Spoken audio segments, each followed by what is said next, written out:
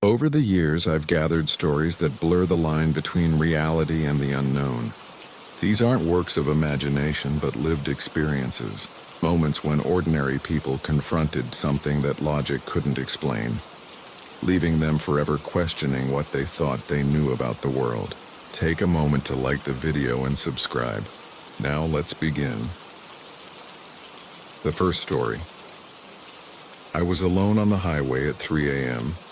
when something started following my truck. I'll never forget that night. The digital clock on my dashboard cast its pale green glow across the empty highway as I gripped the steering wheel tighter, fighting off the drowsiness that threatened to pull my eyelids shut.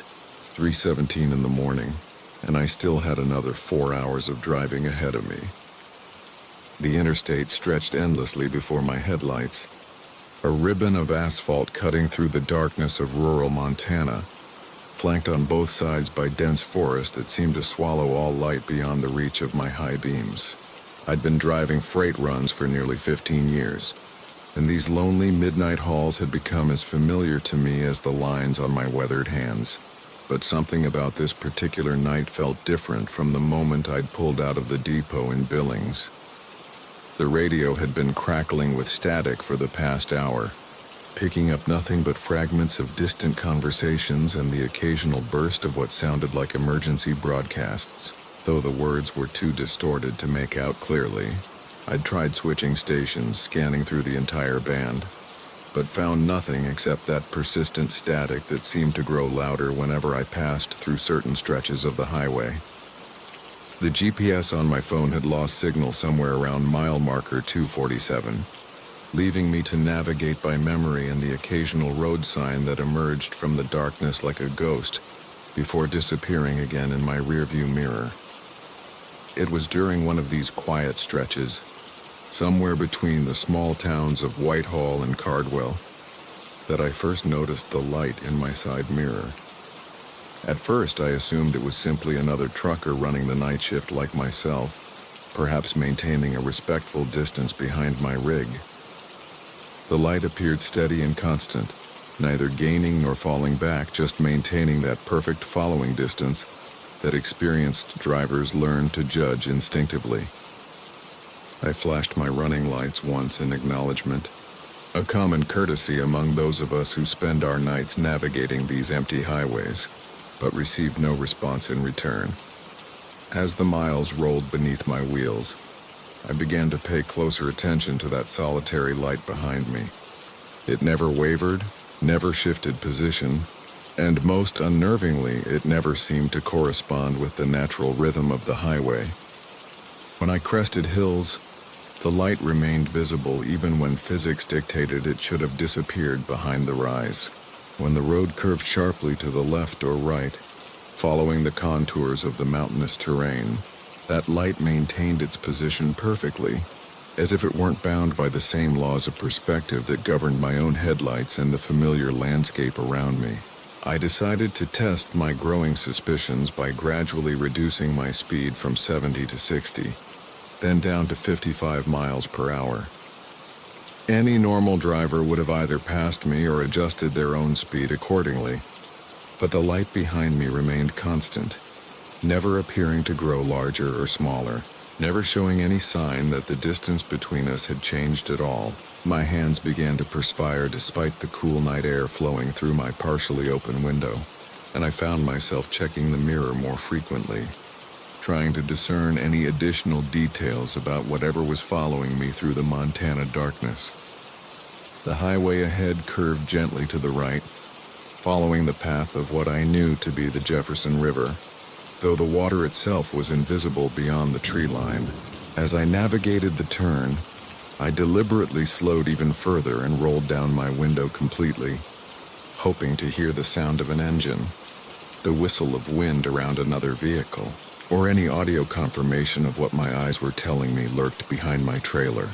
The night air rushed into the cab, carrying with it the scent of pine and the distant smell of water, but no mechanical sounds, no rumble of diesel engines, or hiss of air brakes that should have accompanied another truck on this lonely stretch of interstate. That's when I realized that what I'd been assuming was a headlight might be something else entirely. The more I studied it in my mirrors, the more I became convinced that the light possessed qualities that no automotive lighting should have. It seemed to pulse very subtly, almost like breathing, and its color shifted slightly from the harsh white of modern LED headlights to something warmer, more organic, like the glow of a lantern or perhaps something biological that I couldn't quite identify or categorize. I reached for my CB radio, hoping to raise another driver who might be traveling this same route, someone who could confirm whether they could see what I was seeing, or perhaps provide some rational explanation for the phenomenon. The radio crackled to life, but instead of the familiar chatter of truckers sharing road conditions and weather updates, I heard only a low humming sound that seemed to match the rhythm of whatever was following me. The humming grew louder when I adjusted the squelch, and softer when I changed channels, but it never disappeared entirely, as if it were somehow connected to my location rather than any particular radio frequency. Mile marker 231 passed by my window, then 230, then 229, each one emerging from the darkness just long enough for me to read the reflective numerals before vanishing again into the night. The light behind me never faltered, never changed, and I began to notice that my truck's engine seemed to be running more smoothly than usual, as if whatever was following me was somehow affecting the mechanical systems of my rig. The diesel engine's familiar rumble had taken on an almost musical quality, harmonizing with that strange humming that continued to emanate from my CB radio. I decided to pull off at the next truck stop, a place called Murphy's that I'd used countless times during my runs through this part of Montana.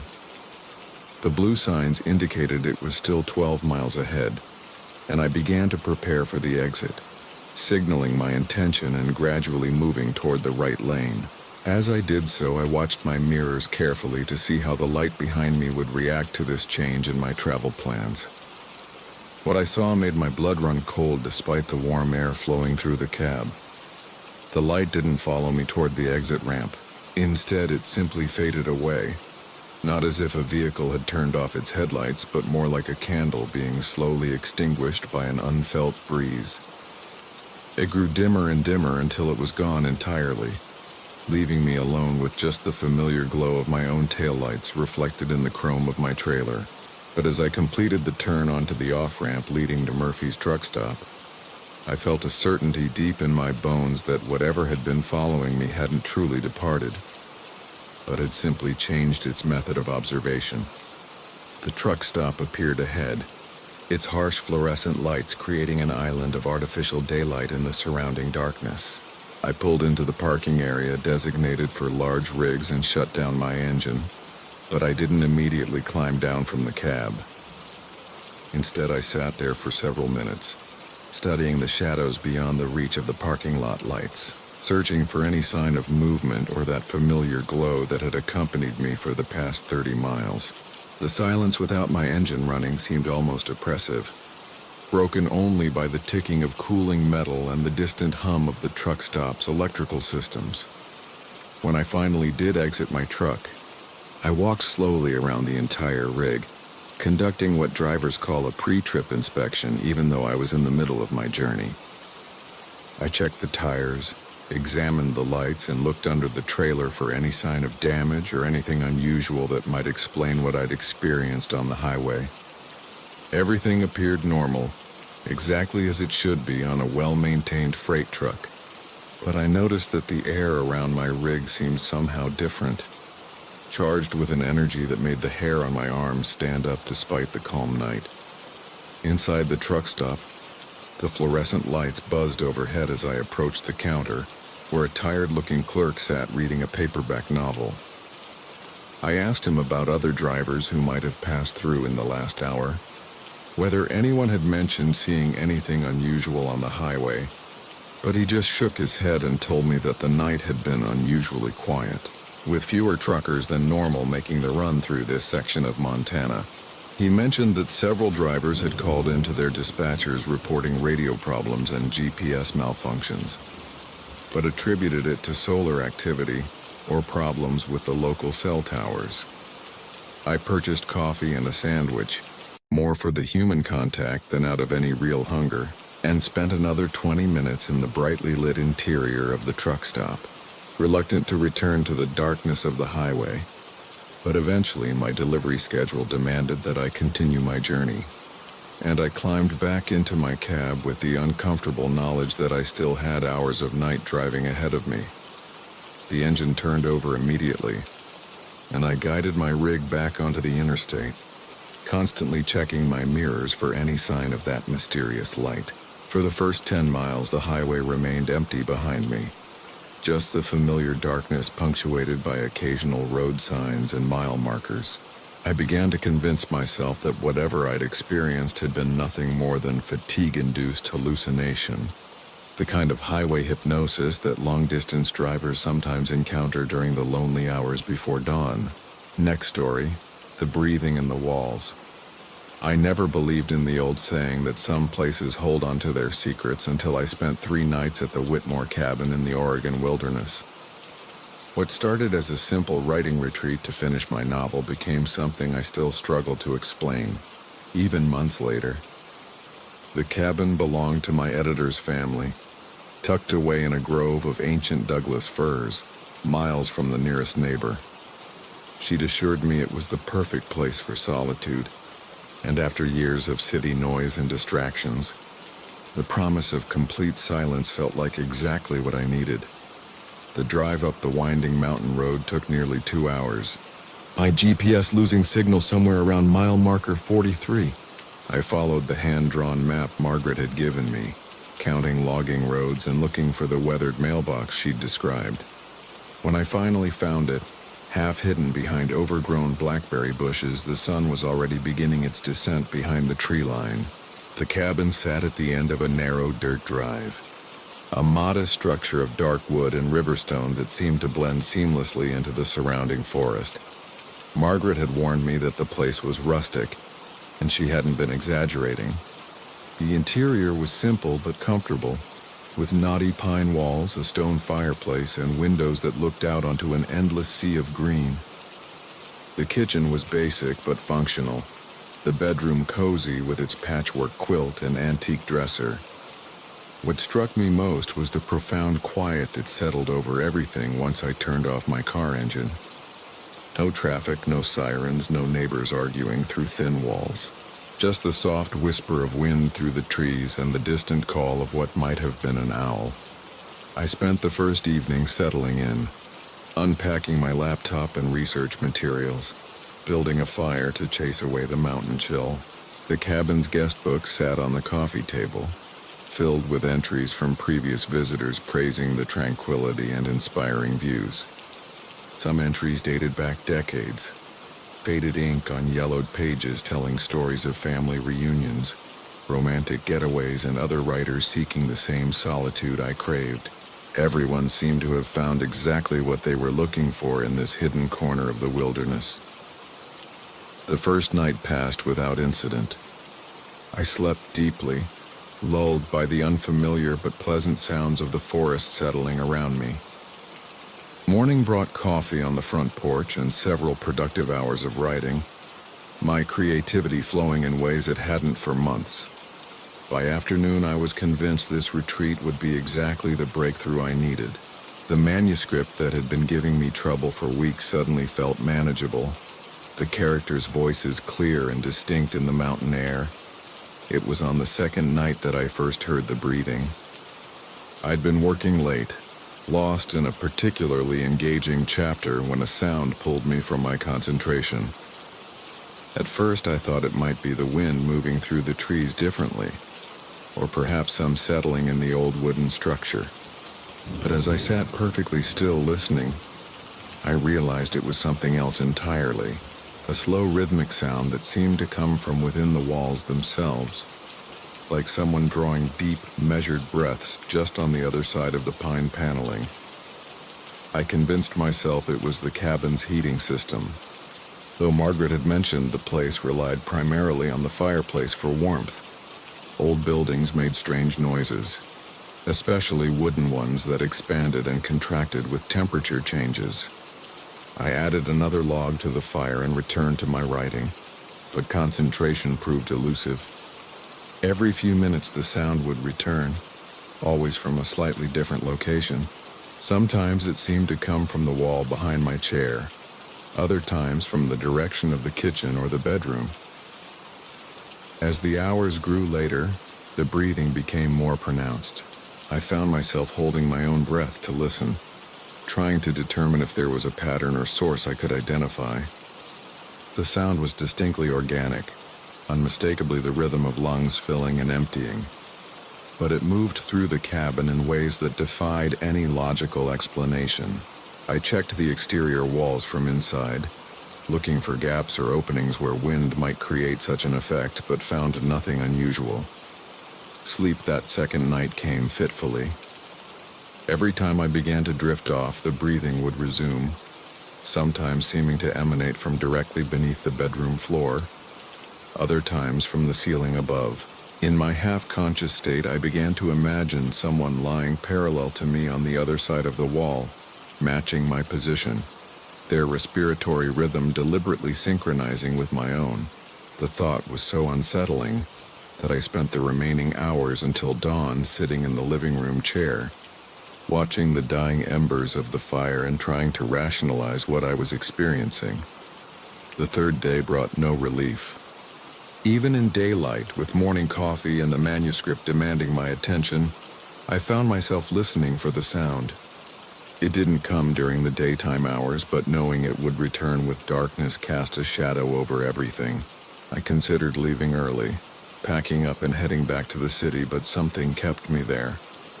Perhaps it was stubbornness, or the fact that my writing had been going so well, or maybe just a growing need to understand what was happening in this supposedly empty cabin. I spent the afternoon exploring the property more thoroughly, looking for any explanation that might account for the nocturnal breathing. The cabin sat on a slight rise with a full basement that housed the water heater and electrical panel. I searched every corner with my phone's flashlight, looking for evidence of animals or structural issues that might create the sounds I'd been hearing. The basement was clean and dry, showing no signs of wildlife intrusion, no gaps in the foundation that might channel wind in unusual ways. Behind the cabin, I discovered something that made me pause. A small cemetery hidden among the trees and marked only by a handful of weathered stone markers. The dates were old, some reaching back to the early 1900s, and the names were worn nearly smooth by decades of mountain weather. Margaret hadn't mentioned this family burial ground, though it explained why the cabin felt so isolated and untouched by modern development. This land had been in the Whitmore family for generations, and they'd chosen to keep their ancestors close. As evening approached, I made a decision that would haunt me for months to come. Instead of simply enduring another night of mysterious breathing, I would document it.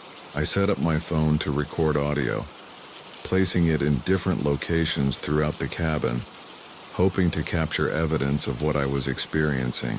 If there was a logical explanation, the recordings might reveal it. If there wasn't, at least I would have proof that I hadn't been imagining things. The breathing began again shortly after 10 o'clock, starting as it had the previous night with soft, barely perceptible sounds from within the walls. But on this third night, something was different. The rhythm was more deliberate, more present, as though whatever created the sound was responding to my attention. As I moved from room to room trying to pinpoint the source, the breathing seemed to follow, always staying just out of direct contact but maintaining that slow, steady cadence that had become so familiar. Around midnight, I realized I was no longer alone in my investigation. As I stood in the kitchen, listening to the breathing that seemed to emanate from the wall beside the refrigerator, I noticed something that made my blood freeze. My own breathing had unconsciously synchronized with the sound, and for several minutes we had been breathing together in perfect harmony. The moment I became aware of this synchronization, the other breathing stopped abruptly, leaving only my own rapid, panicked respirations echoing in the sudden silence. The rest of that night passed without the mysterious sounds, but sleep remained impossible. I sat by the dying fire, my phone recordings playing back hour after hour of audio that captured every creak and settle of the old cabin, but nothing that resembled the breathing I had clearly heard. The recordings contained only the ambient sounds of a quiet night in the mountains, the soft whisper of wind and the distant hooting of owls. Whatever I had been hearing existed in a space that technology couldn't reach. I left the next morning, packing hastily and driving down the mountain road with a sense of relief that was tempered by lingering questions. The manuscript progressed well over the following weeks, and I convinced myself that the isolation and stress of deadline pressure had created some sort of auditory hallucination. Mountain cabins were notorious for playing tricks on city dwellers unaccustomed to true silence, and I had simply fallen victim to my own overactive imagination. But 3 months later, Margaret called with news that changed everything. The Whitmore cabin had been damaged in a late-season storm, she explained, and during repair work, contractors had made a disturbing discovery. Hidden behind the living room wall, they'd found a small space that had been sealed off decades earlier. Inside was evidence of a previous occupant, someone who had apparently lived secretly within the cabin's walls, accessing the hidden space through a concealed panel in the basement. Personal belongings, makeshift bedding, and journals suggested this clandestine resident had been there for years, possibly decades. The journals, Margaret told me, contained detailed observations of the cabin's legitimate occupants, including descriptions of guests' daily routines, sleeping patterns, and even breathing rhythms during the night. Next story, the caller at 3 a.m. The rain had been falling steadily for 3 days when he finally appeared at my door. I remember the exact time because I'd been lying awake, watching the red digits on my alarm clock tick past 3 in the morning, listening to the water drumming against my bedroom window with a persistence that matched my insomnia. When the soft knocking came, barely audible above the storm, my first instinct was to ignore it completely. Who visits at 3 a.m. on a Tuesday night during the worst weather we'd seen all month? But the knocking continued, patient and rhythmic, like someone who had all the time in the world and knew I was awake. I pulled on my robe and made my way downstairs, my bare feet silent on the hardwood floors. Through the peephole, I could see a man standing under my porch light, his clothes soaked through and clinging to his thin frame.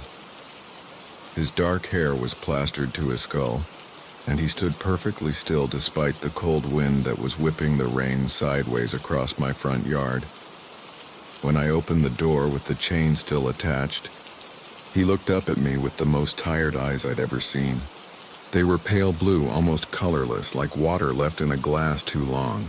He appeared to be in his 30s, maybe 40, with sharp cheekbones and skin so pale it seemed translucent under the porch light.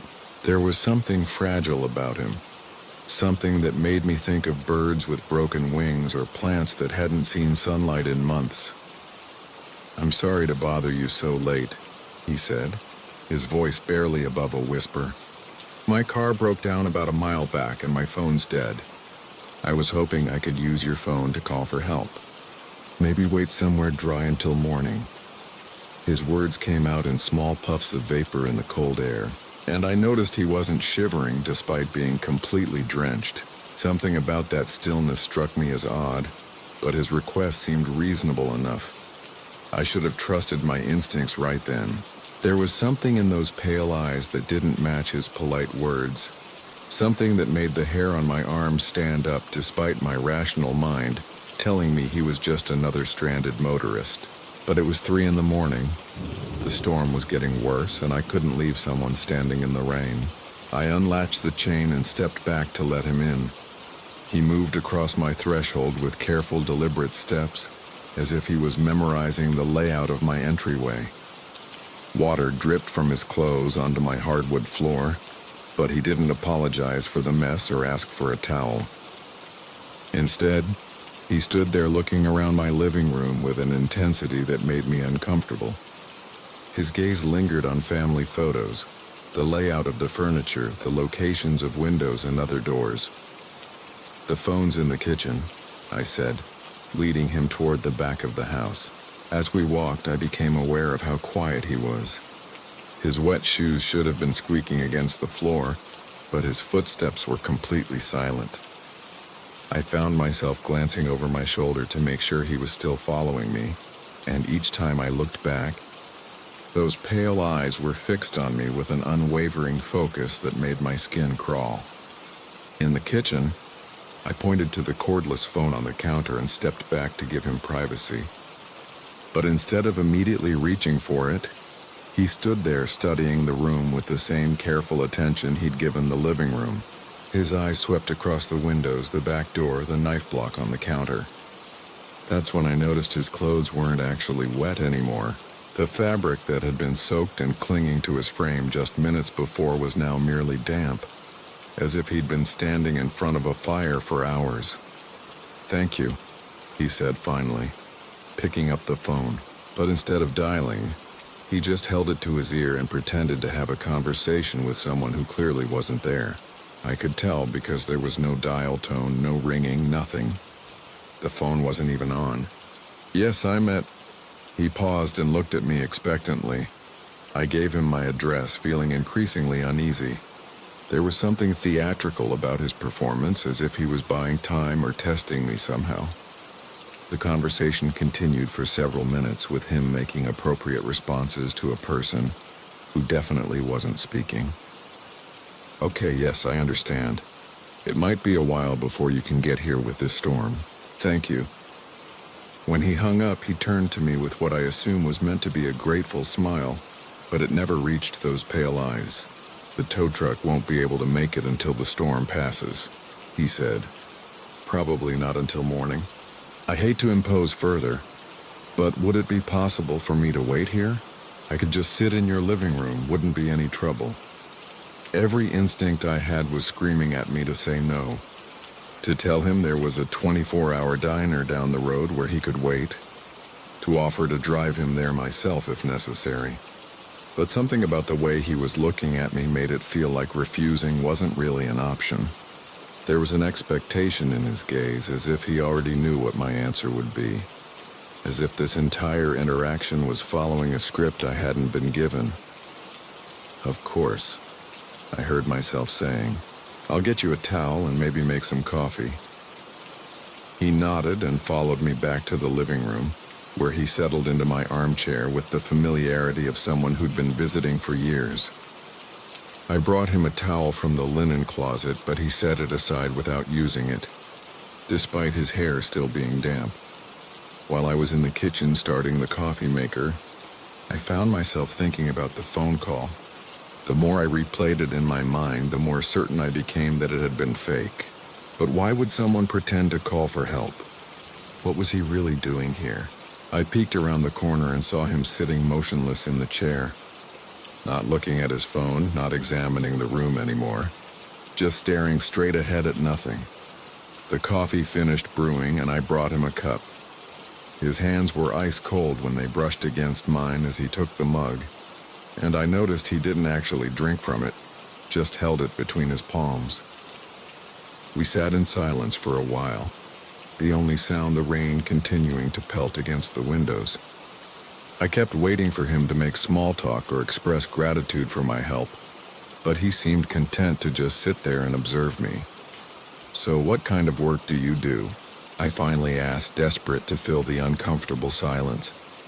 He turned those pale eyes toward me, and for a moment he looked confused, as if he'd forgotten what role he was supposed to be playing.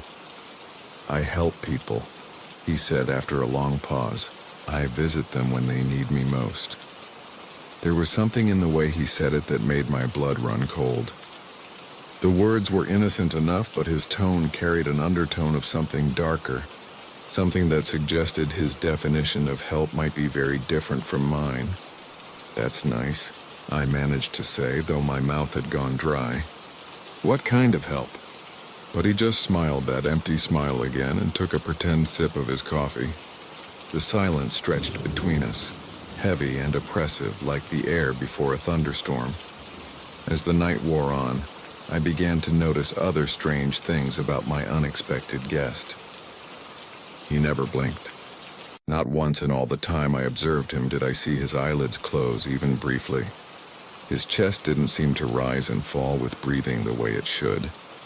And despite having been soaked to the skin when he arrived, I never saw him shiver or show any other signs of being affected by the cold. Around 4:30, I excused myself to use the bathroom, desperate for a few minutes away from those unblinking eyes. While I was upstairs, I looked out my bedroom window toward the road where he claimed his car had broken down. The rain had lightened enough that I could see fairly well, but there was no vehicle anywhere along the stretch of road visible from my house. No car, no truck, nothing that would explain how he'd gotten here. When I came back downstairs, he was exactly where I'd left him, in the same position, still holding the untouched cup of coffee. But something had changed in his expression. The tired, grateful demeanor had vanished, replaced by something calculating and predatory. Those pale eyes tracked my movement across the room with the focus of a hunter watching prey. "You have a lovely home," he said, his voice different now, lacking the deferential tone from earlier. Very isolated, very private. The nearest neighbor must be what, half a mile away? It wasn't really a question, and the way he said it made me realize he already knew the answer. Had probably known it before he ever knocked on my door. The rain had stopped completely now, I noticed. The sudden silence felt ominous rather than peaceful. Next story, the voices that knew us better than we knew ourselves. When my college roommate Marcus first suggested we spend our spring break camping in the Adirondacks instead of hitting the usual party destinations, I thought he'd lost his mind. But after months of cramming for exams and dealing with the constant noise of dorm life, the idea of complete isolation started to sound like exactly what we needed.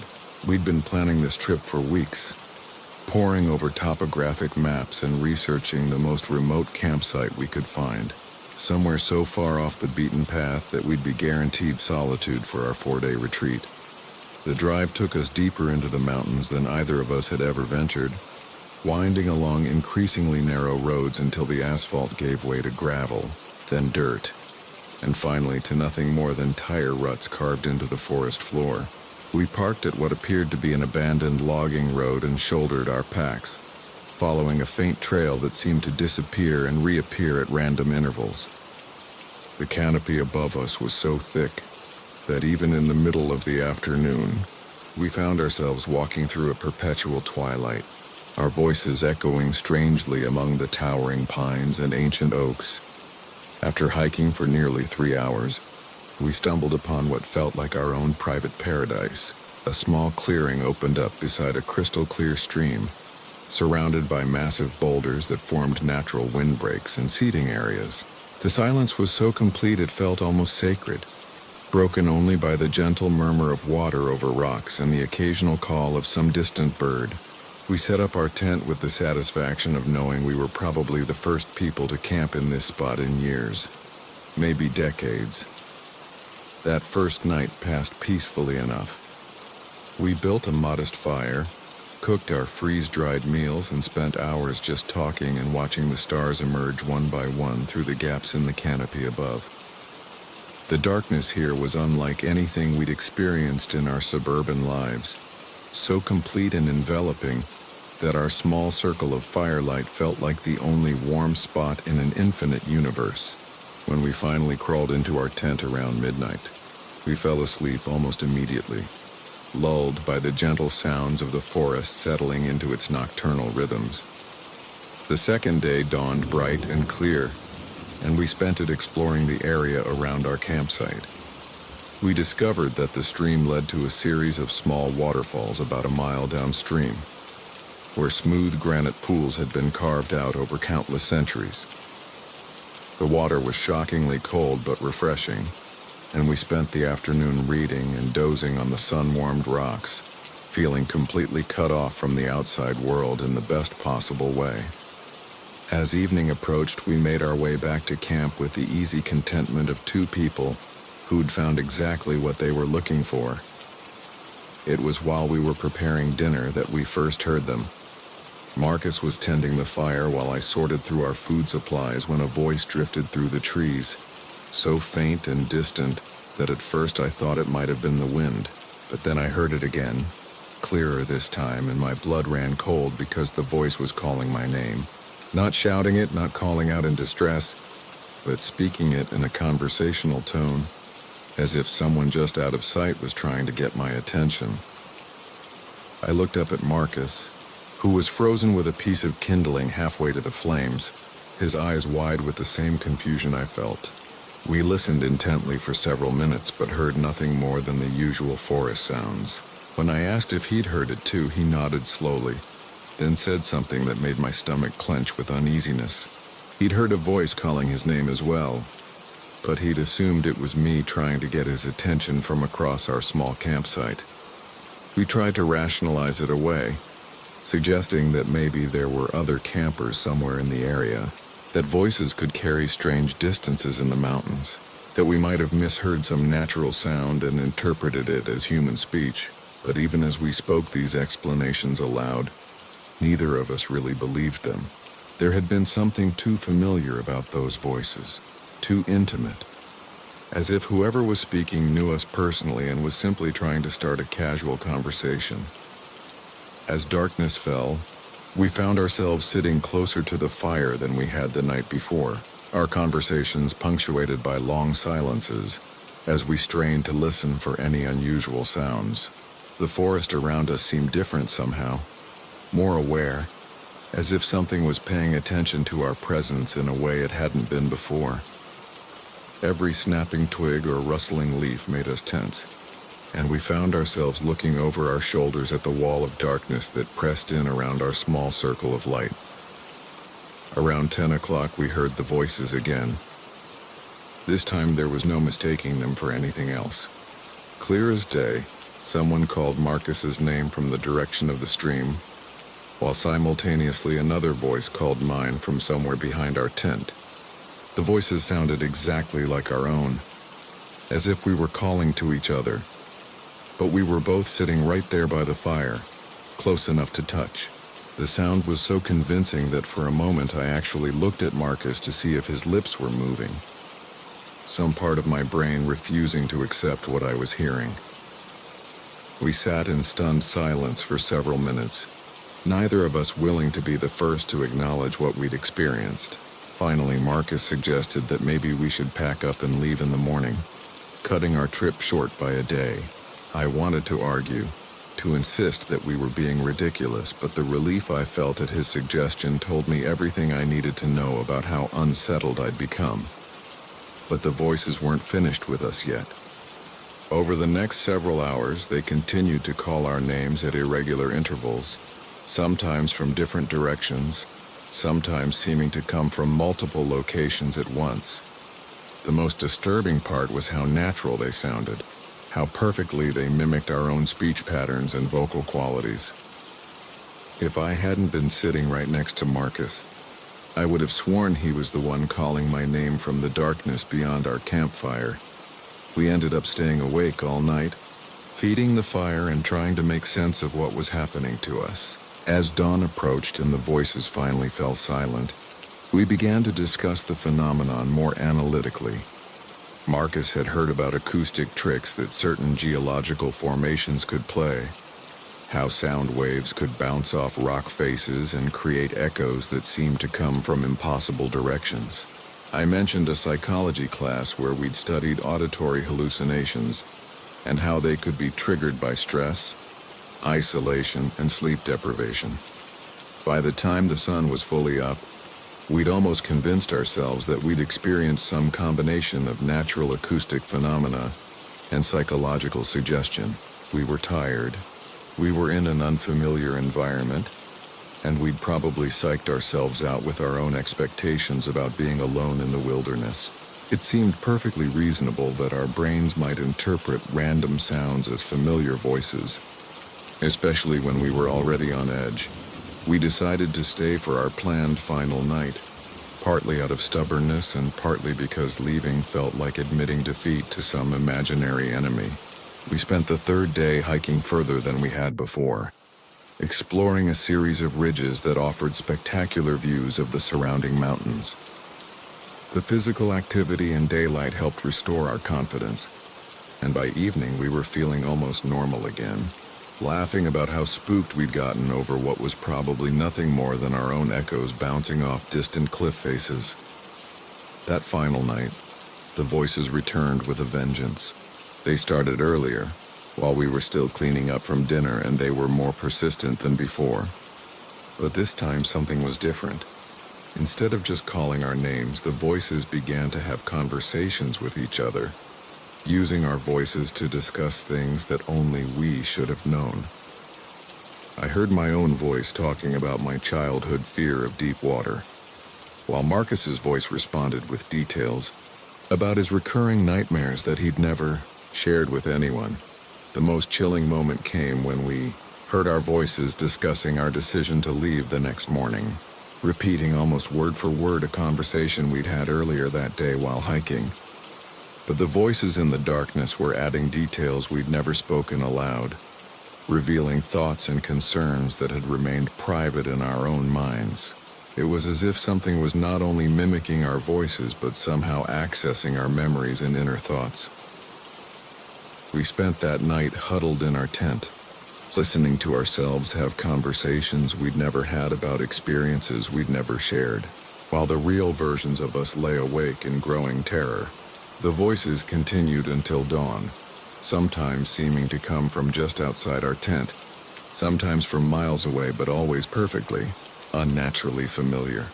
When morning finally came, we broke camp in record time and hiked out without speaking, both of us desperate to put distance between ourselves and that too quiet clearing by the stream. It wasn't until we reached our car that we finally began to talk about what we'd experienced, comparing notes and trying to make sense of the impossible things we'd heard. We never did find a satisfactory explanation for the voices that knew us better than we knew ourselves. Sometimes I still wake up in the middle of the night, convinced I can hear my own voice calling to me. Next story. The creepiest delivery I ever made. A house that shouldn't have existed. I've been delivering packages for almost 15 years now, and in that time I've seen just about everything you could imagine. Mansions hidden behind elaborate gates, trailers that look ready to collapse at the first strong wind, apartments stacked so high they disappear into low-hanging clouds. But nothing, and I mean absolutely nothing, prepared me for what I encountered on Sycamore Lane that gray October afternoon. The address seemed simple enough when it appeared on my scanner that morning. 1247. Sycamore Lane. The package was nothing unusual either.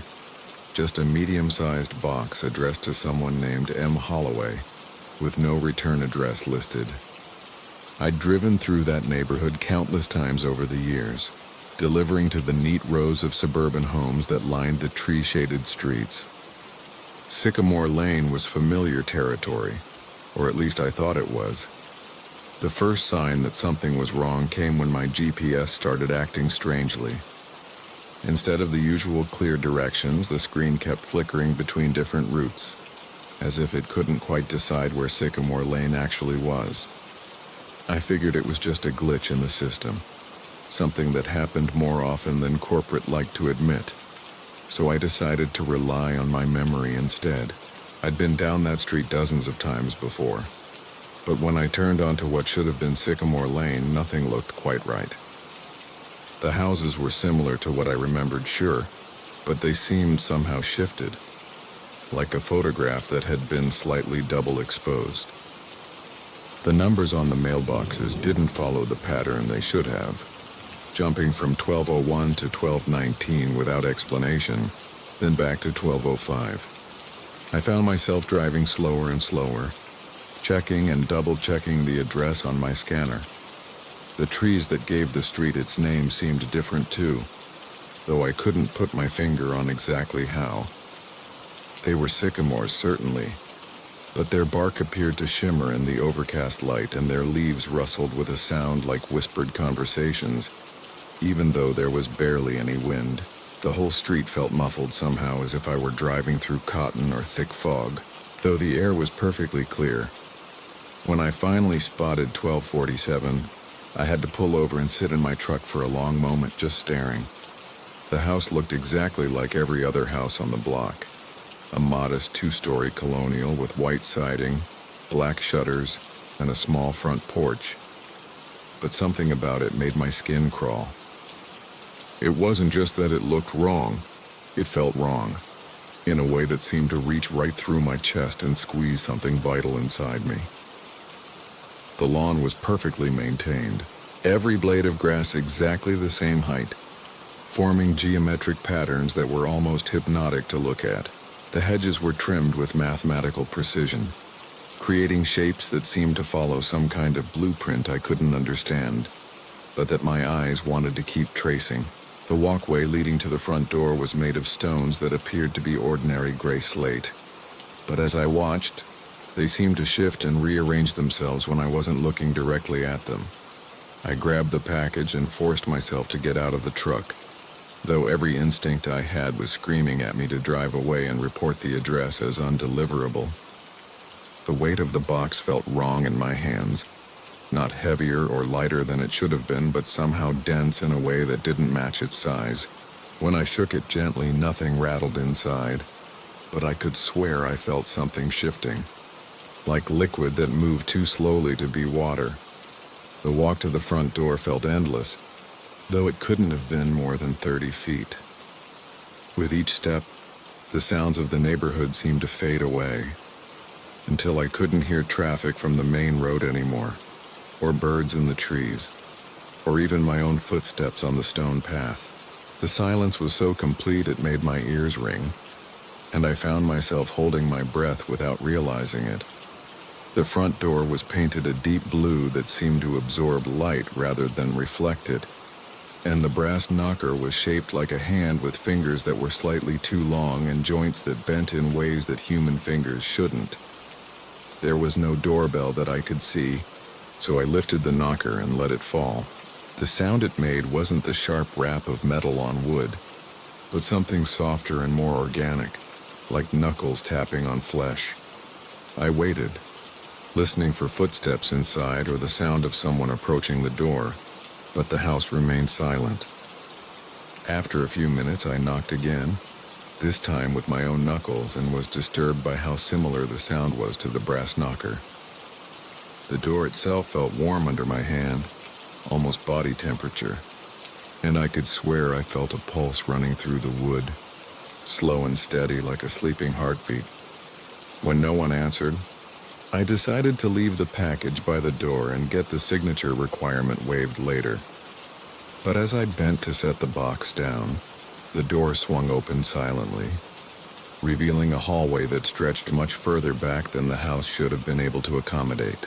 The wallpaper inside was a pale green with a pattern of leaves that seemed to rustle and move when I looked at them sideways, and the hardwood floor reflected the gray afternoon light in a way that made it look like I was staring down into deep, still water.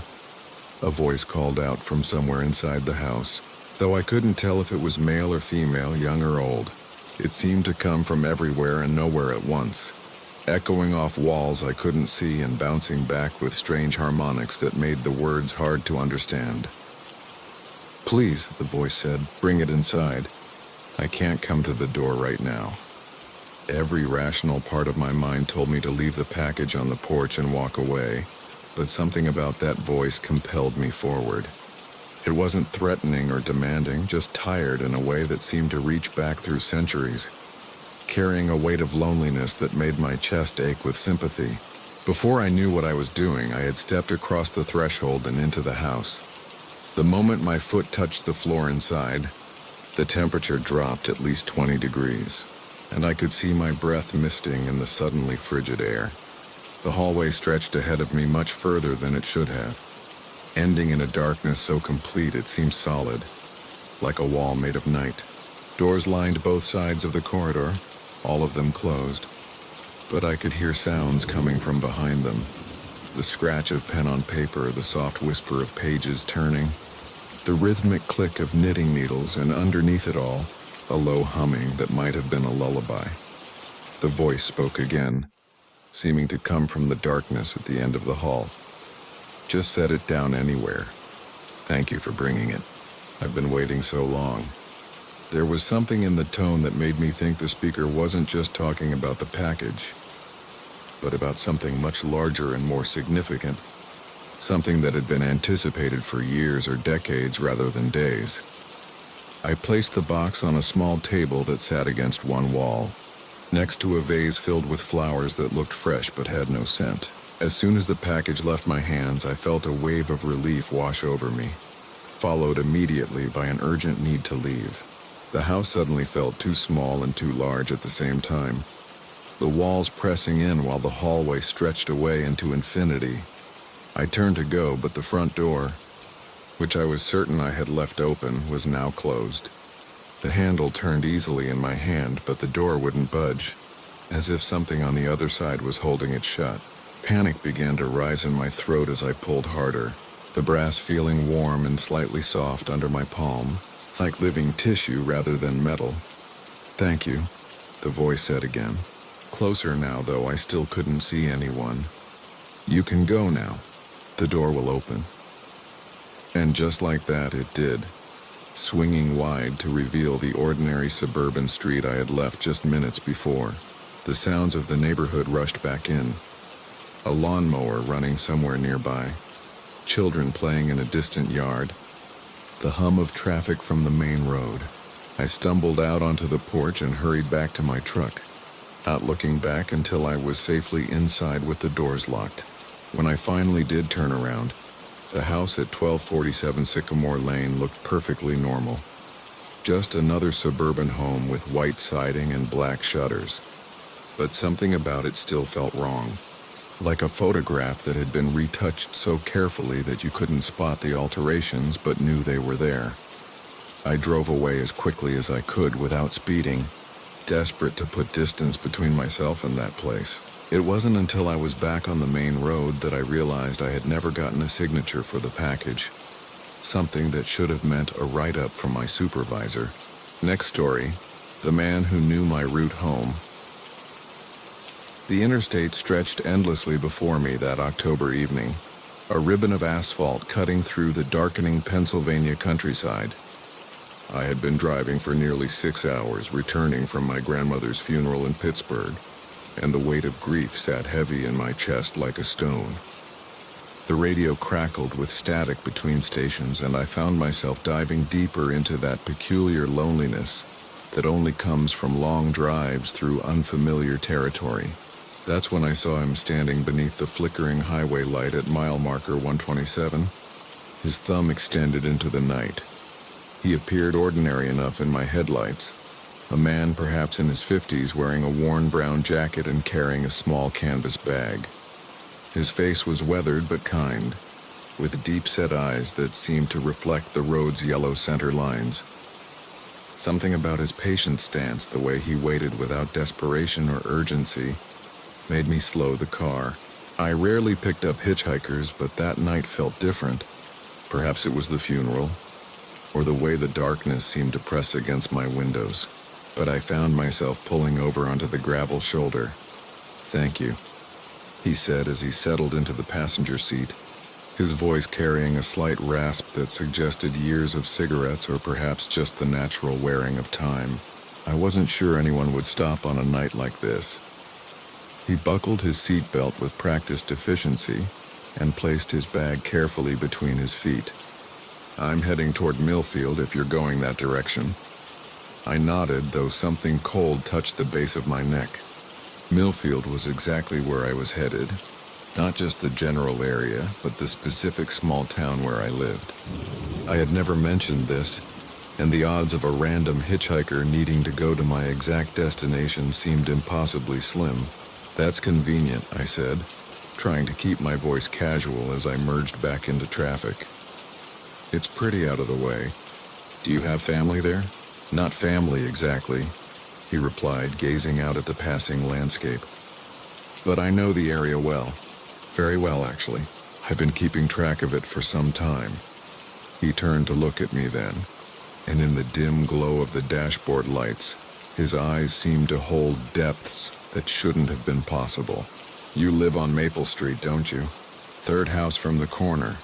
The blue Colonial with the broken mailbox post.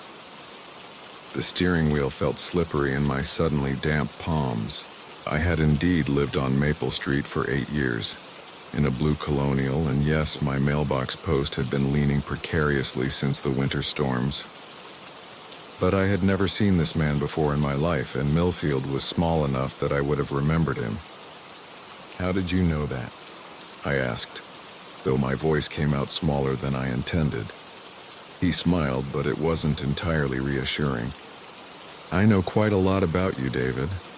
You work at the insurance office downtown, the one with the creaky floors and the water stain on the ceiling that looks like a horse. You have your coffee black, 2 cups in the morning, and you always park in the third spot from the left because you're slightly superstitious about odd numbers. You've been thinking about your grandmother a lot lately, even before she passed, wondering if you should have visited more. A chill ran down my spine that had nothing to do with the October air seeping through the car's weather stripping. Everything he said was accurate, down to details that seemed impossibly specific. The water stain in our office did look like a horse, and I had indeed been feeling guilty about not visiting my grandmother more frequently. But these weren't things a stranger could know, no matter how observant or well-connected they might be. I think you should let me out here, I said, beginning to slow the car despite being miles from anywhere. I don't know who you are or how you know these things, but I'm not comfortable continuing this conversation. Don't be afraid, he said softly, making no move to gather his belongings. I'm not here to harm you, David, quite the opposite, actually. I'm here because of what's going to happen when you get home tonight. What would have happened if I hadn't intervened? He reached into his jacket pocket and I tensed, but he only withdrew a small, leather-bound notebook. May I tell you about your evening routine? Against my better judgment, I found myself nodding, though I kept my foot poised over the brake pedal. You'll arrive home around 10:30, he continued, consulting his notebook. You'll check your mail even though you know nothing important comes on Tuesdays. You'll let yourself in through the front door. Turn on the television for company and make yourself a sandwich. Turkey and Swiss with mustard, no vegetables. Then you'll sit in your father's old recliner and watch the late-night talk shows until you fall asleep. Once again, his description was unnervingly accurate. It was exactly what I did most nights when returning from long drives, down to the specific type of sandwich and my habit of falling asleep in my father's chair, rather than going upstairs to bed. So what? I said, though my voice betrayed my growing unease. Lots of people have routines.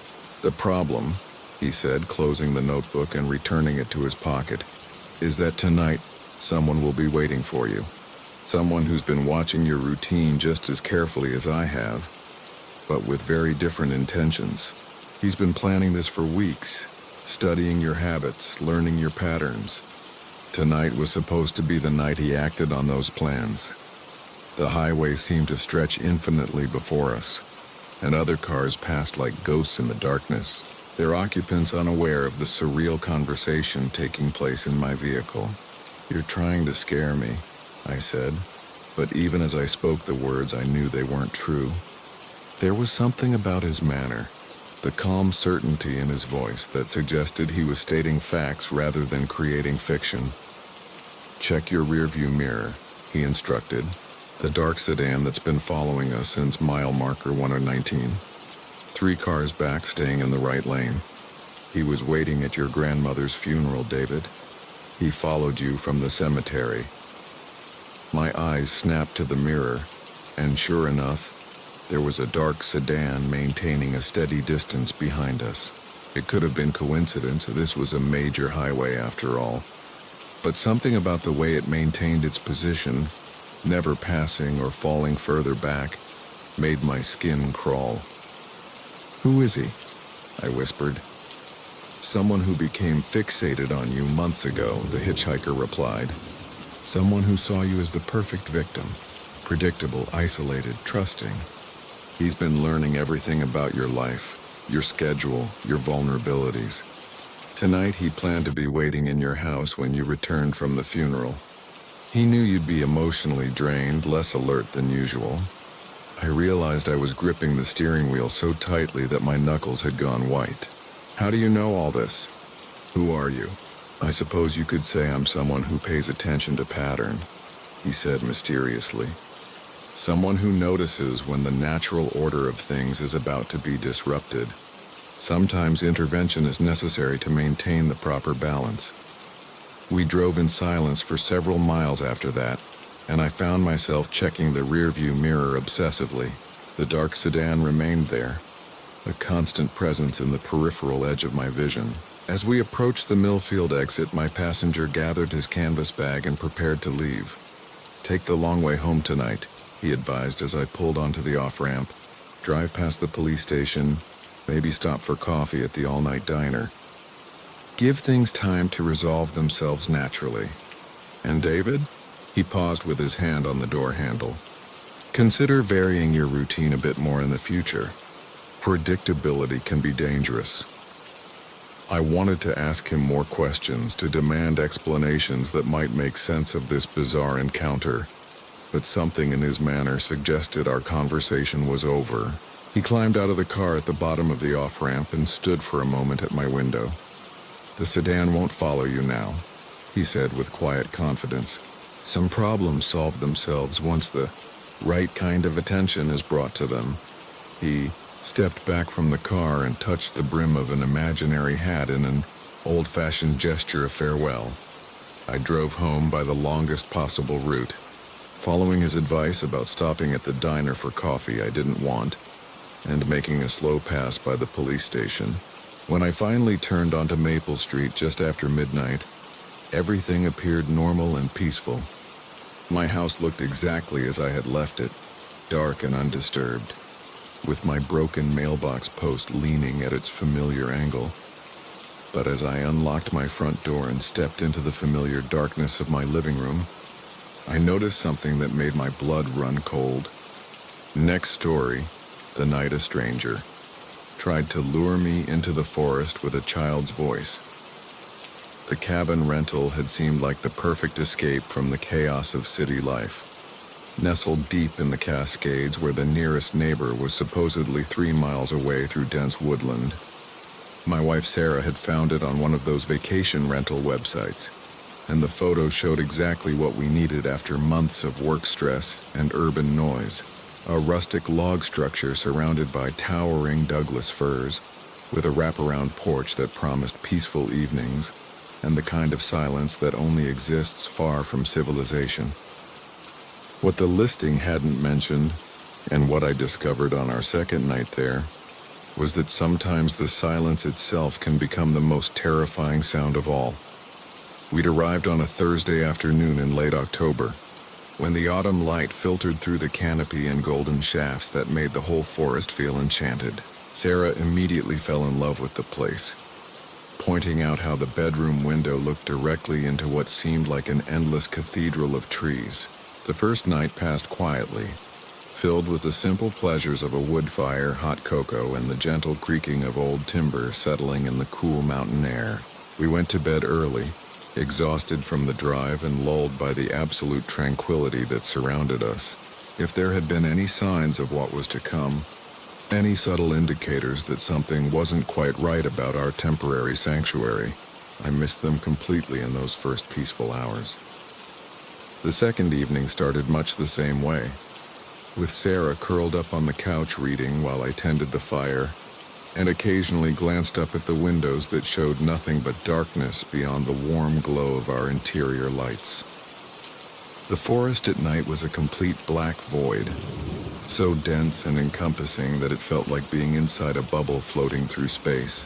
Around 10 o'clock, Sarah announced she was heading to bed, leaving me alone with a book and the hypnotic dance of flames in the stone fireplace. The silence outside was profound, broken only by the occasional soft whisper of wind through the trees, and I found myself actually listening to it, marveling at how different it was from the constant urban symphony we'd grown accustomed to back home. It was close to midnight when I first heard the child's voice calling from somewhere in the darkness beyond our porch. At first I thought I'd imagined it, a trick of the wind or perhaps some night bird whose call resembled human speech. But then it came again, clearer this time, unmistakably the voice of a young boy, maybe 7 or 8 years old, calling out in what sounded like distress. "Help me," the voice said, thin and wavering in the cold night air. "Please, someone help me." I set my book aside and moved to the front window, pressing my face against the glass and trying to peer into the impenetrable wall of trees that surrounded our little island of light. The voice came again, and this time I was certain it was real, though I couldn't pinpoint exactly where it was coming from. It seemed to drift through the forest like smoke, sometimes sounding closer, sometimes farther away. "I'm lost," the child called, and there was such genuine fear in those words that I felt my heart clench with sympathy and concern. Without hesitation, I grabbed a flashlight from the kitchen drawer and stepped out onto the porch, the cold night air hitting my face like a slap. The darkness beyond my flashlight beam was absolute, and I suddenly realized how vulnerable and isolated we truly were out here, miles from any help if something was genuinely wrong. "Hello?" I called out, my voice sounding small and insignificant against the vast silence. "Where are you? Keep talking so I can find you." For a moment there was no response, just the gentle rustle of leaves and the distant hoot of an owl. Then the child's voice came again, but from a different direction this time, as if he'd moved deeper into the woods. "Over here," he called, his voice faint but urgent. "Please hurry, I'm scared." The sound seemed to be coming from a narrow trail that led away from the cabin and wound deeper into the forest, a path we'd noticed during our afternoon arrival but hadn't yet explored. I called back toward the cabin, not wanting to wake Sarah but needing her to know where I was going. "Sarah, there's a lost child out here. I'm going to help him." I didn't wait for a response, assuming she was already asleep, and started down the trail with my flashlight cutting a weak cone of visibility through the pressing darkness. The path was rougher than it had appeared in daylight, full of roots and stones that caught at my feet, and the trees seemed to close in around me as I moved away from the safety of our cabin's lights. Every few steps I would call out to the boy, and he would respond, always sounding just ahead of me, just around the next bend or just beyond the next cluster of trees. What struck me as odd, though I didn't fully register it at the time, was how the child's voice never seemed to get closer, no matter how far I walked. If anything, the quality of it remained exactly the same distance, the same tone, the same inflection when he called for help.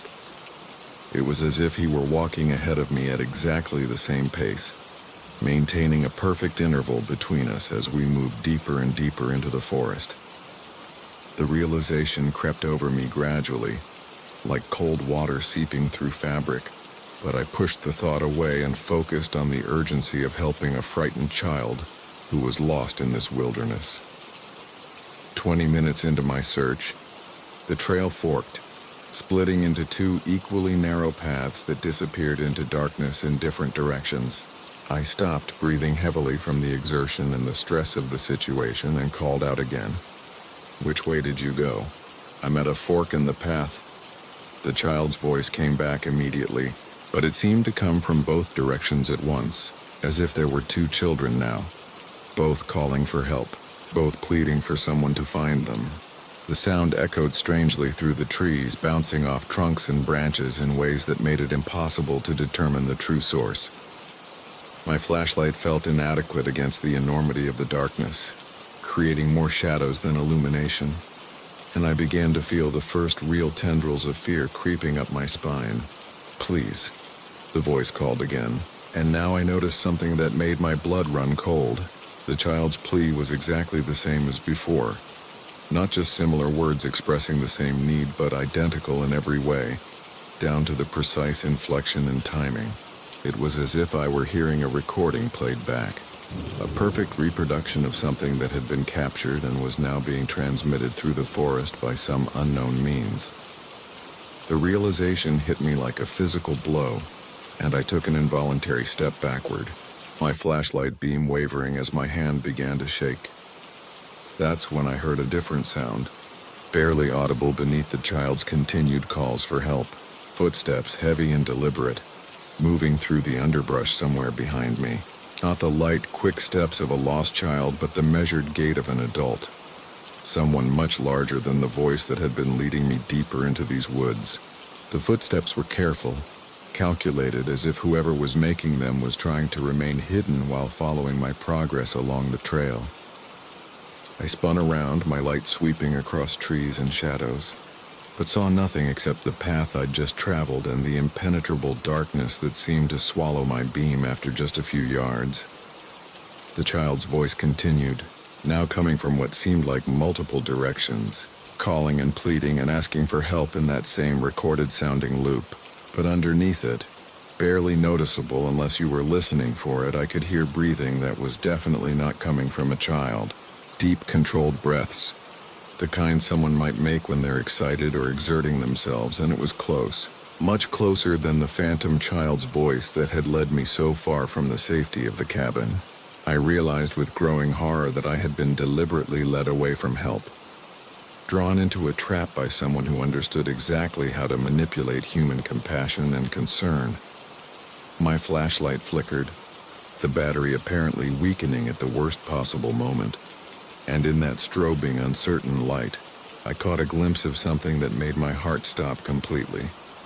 A figure standing just at the edge of my light's reach, partially concealed behind a massive tree trunk, watching me with impatience that spoke of long practice and careful planning.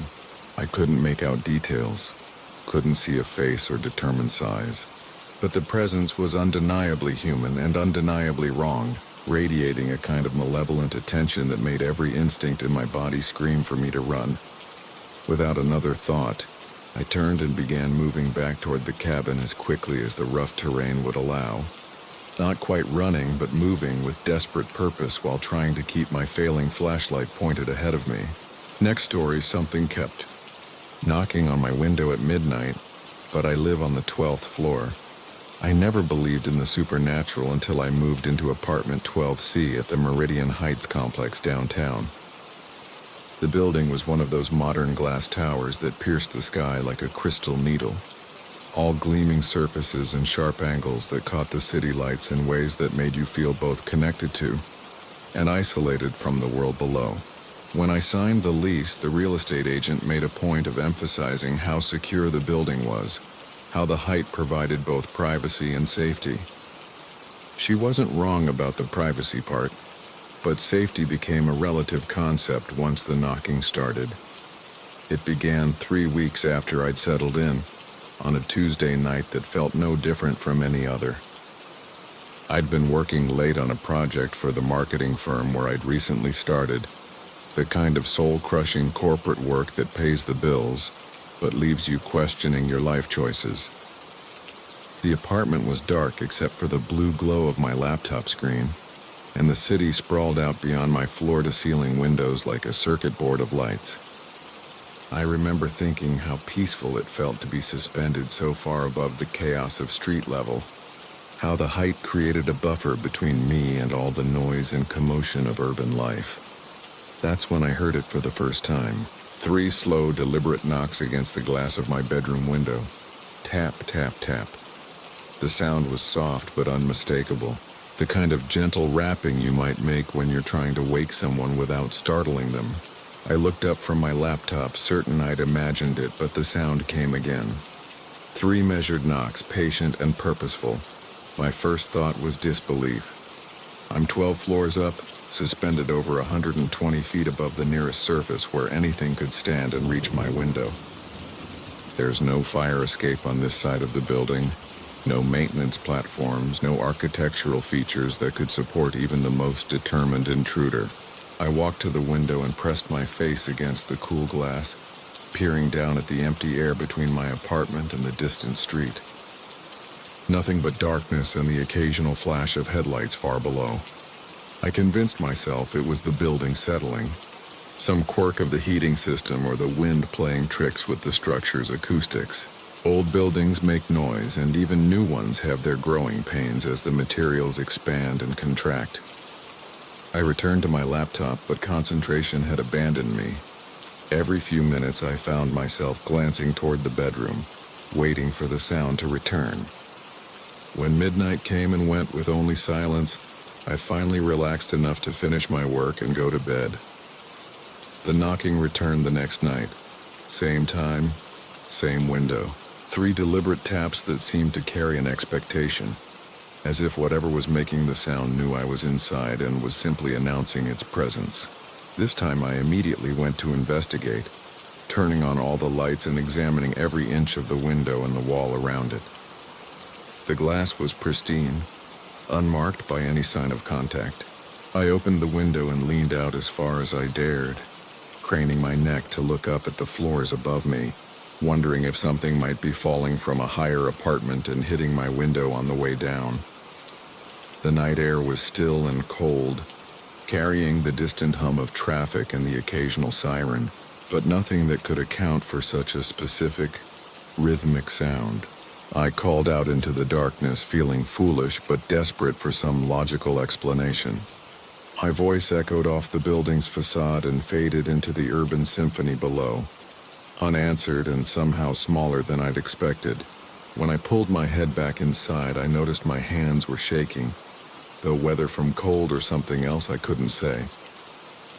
By the 4th night, a pattern had established itself. The knocking always came at exactly midnight, always on the bedroom window, always 3 measured taps followed by silence. I began to dread the approach of that hour, watching the clock as it crept toward 12 and feeling my pulse quicken with each passing minute. I tried staying out late, thinking that if I wasn't home, perhaps whatever was causing the phenomenon would give up and move on. But when I returned at 2 in the morning, my upstairs neighbor, Mrs. Chen, mentioned that she'd heard some kind of tapping coming from my apartment around midnight. The conversation with Mrs. Chen was brief, but unsettling. She was an elderly woman who'd lived in the building since it opened, and she had the sharp awareness of someone accustomed to the rhythms and sounds of her environment. When she described hearing the same 3-tap pattern that had been haunting my nights, I felt a chill that had nothing to do with the autumn weather. She asked if I was doing some kind of late-night home improvement project, and when I explained that I'd been hearing the knocking too, her expression shifted from mild curiosity to something approaching concern. She told me that the previous tenant in 12C had moved out rather suddenly, breaking his lease with only a few days' notice. The building management had been eager to fill the apartment quickly, which explained the reasonable rent that had drawn me to the place.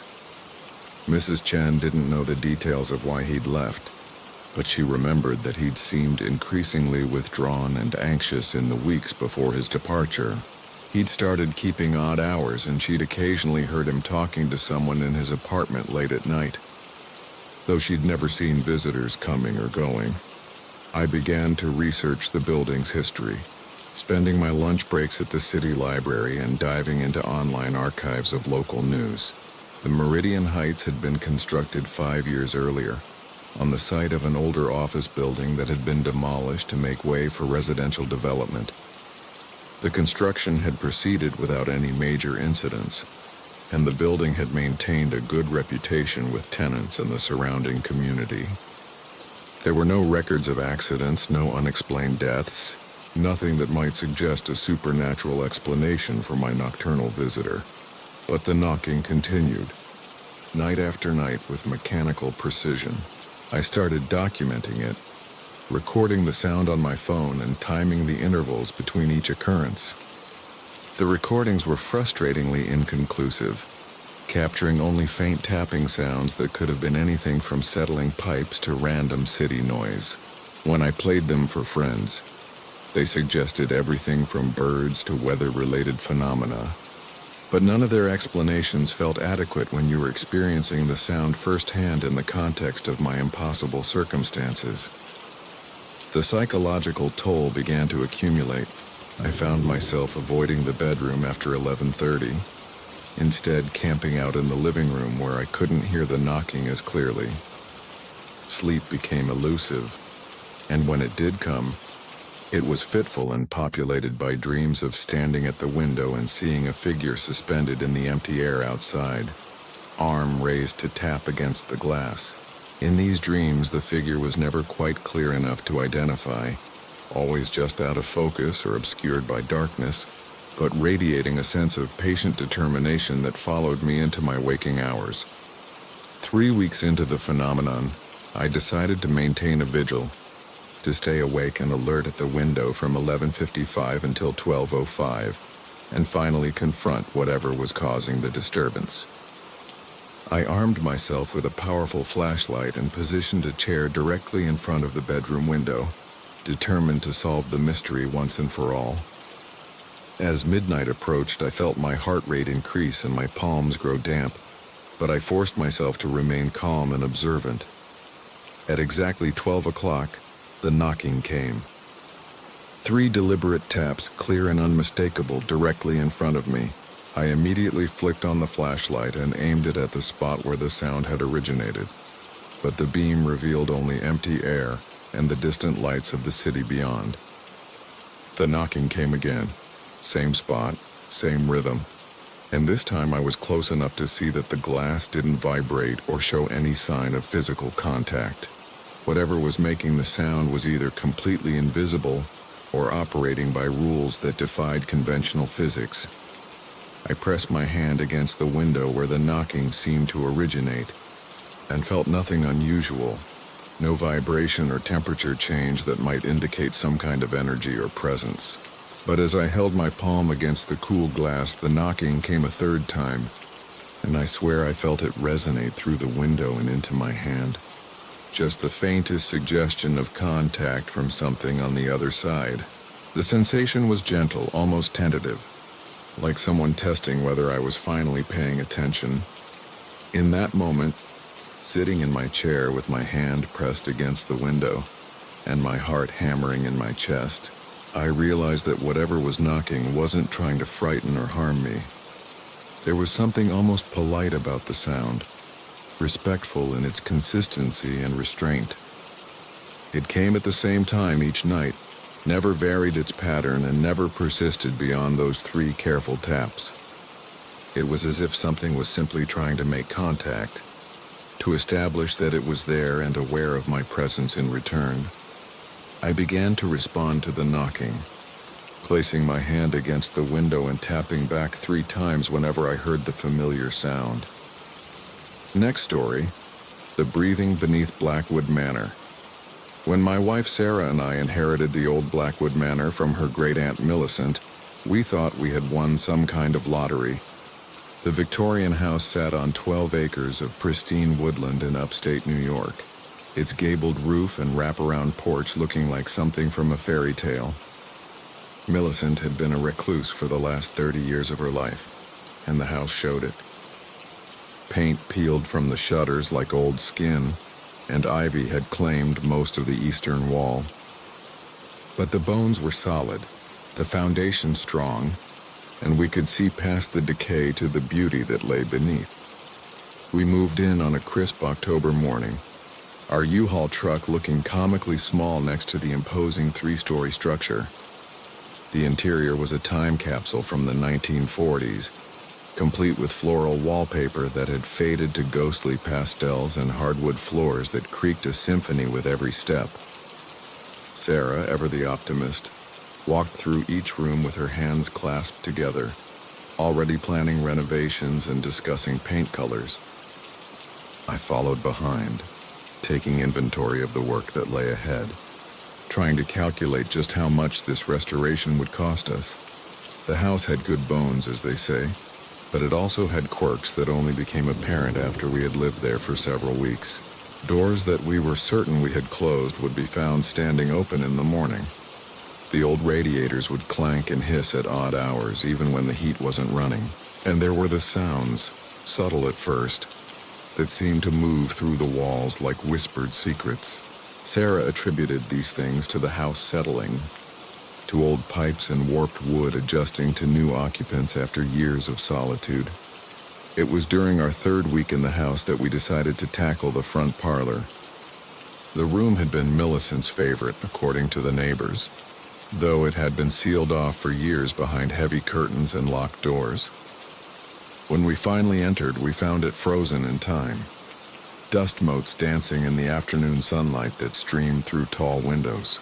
Antique furniture sat arranged as if Millicent had just stepped out for tea, and family portraits gazed down from the walls with eyes that seemed to follow our movements. We spent the better part of a Saturday moving furniture and rolling up the ancient Persian rug that covered most of the floor. It was Sarah who first noticed that something was wrong with the floorboards beneath. Where the rug had lain for decades, the wood was not only lighter in color but seemed to sit differently than the surrounding planks. Running her fingers along the edges, she discovered that what appeared to be solid flooring was actually a carefully crafted trapdoor, complete with hidden hinges and a recessed handle that had been worn smooth by countless hands. The discovery sent a thrill through both of us. Every old house has its secrets, and finding hidden compartments or forgotten storage spaces was part of the adventure of restoration. We assumed we had stumbled upon an old root cellar, or perhaps a hiding place for valuables during the house's early years. Sarah fetched a flashlight from the kitchen while I worked the handle, which moved with surprising ease despite its apparent age. The door lifted to reveal a narrow staircase descending into darkness, the steps carved from what appeared to be the same stone as the house's foundation. Cool air flowed up from the opening, carrying with it the scent of earth and something else, something organic that we couldn't quite identify. The stone steps were worn smooth in the center, suggesting they had seen regular use over many years. Sarah aimed the flashlight beam down the stairway, but it seemed to be swallowed by the darkness after only a few feet. We could see that the passage continued beyond the reach of our light, curving slightly to the right before disappearing entirely. That first evening, we simply stared into the opening, discussing what we might find below. Sarah was eager to explore immediately, but I suggested we wait until we had better equipment and perhaps a longer weekend to properly investigate. Neither of us mentioned the obvious question that hung in the air. Why had Millicent never told anyone about this space? The neighbors had been full of stories about the old woman, but none had mentioned hidden rooms or secret passages. It seemed impossible that she wouldn't have known about something so significant in her own home. We covered the opening with a piece of plywood and went about our evening routine, but both of us found sleep difficult that night. The house seemed more active than usual, with creaks and settling sounds that drew our attention again and again. I found myself lying awake, thinking about the worn stone steps and wondering what lay at the bottom of that dark stairway. Sarah tossed restlessly beside me, and more than once I caught her staring at the ceiling with wide, thoughtful eyes. The next morning brought rain, a steady drumming against the windows that seemed to make the house feel even more isolated than usual. We had planned to drive into town for supplies, but the weather kept us indoors, and inevitably our conversation turned to the hidden staircase. Sarah had done some research on her laptop and discovered that houses of this age sometimes contained root cellars, wine storage, or even connections to the Underground Railroad. The possibilities were exciting, and by afternoon we had convinced ourselves that a brief exploration was not only safe but necessary. Armed with 2 heavy flashlights and our cell phones, we lifted the plywood and peered once again into the depths below.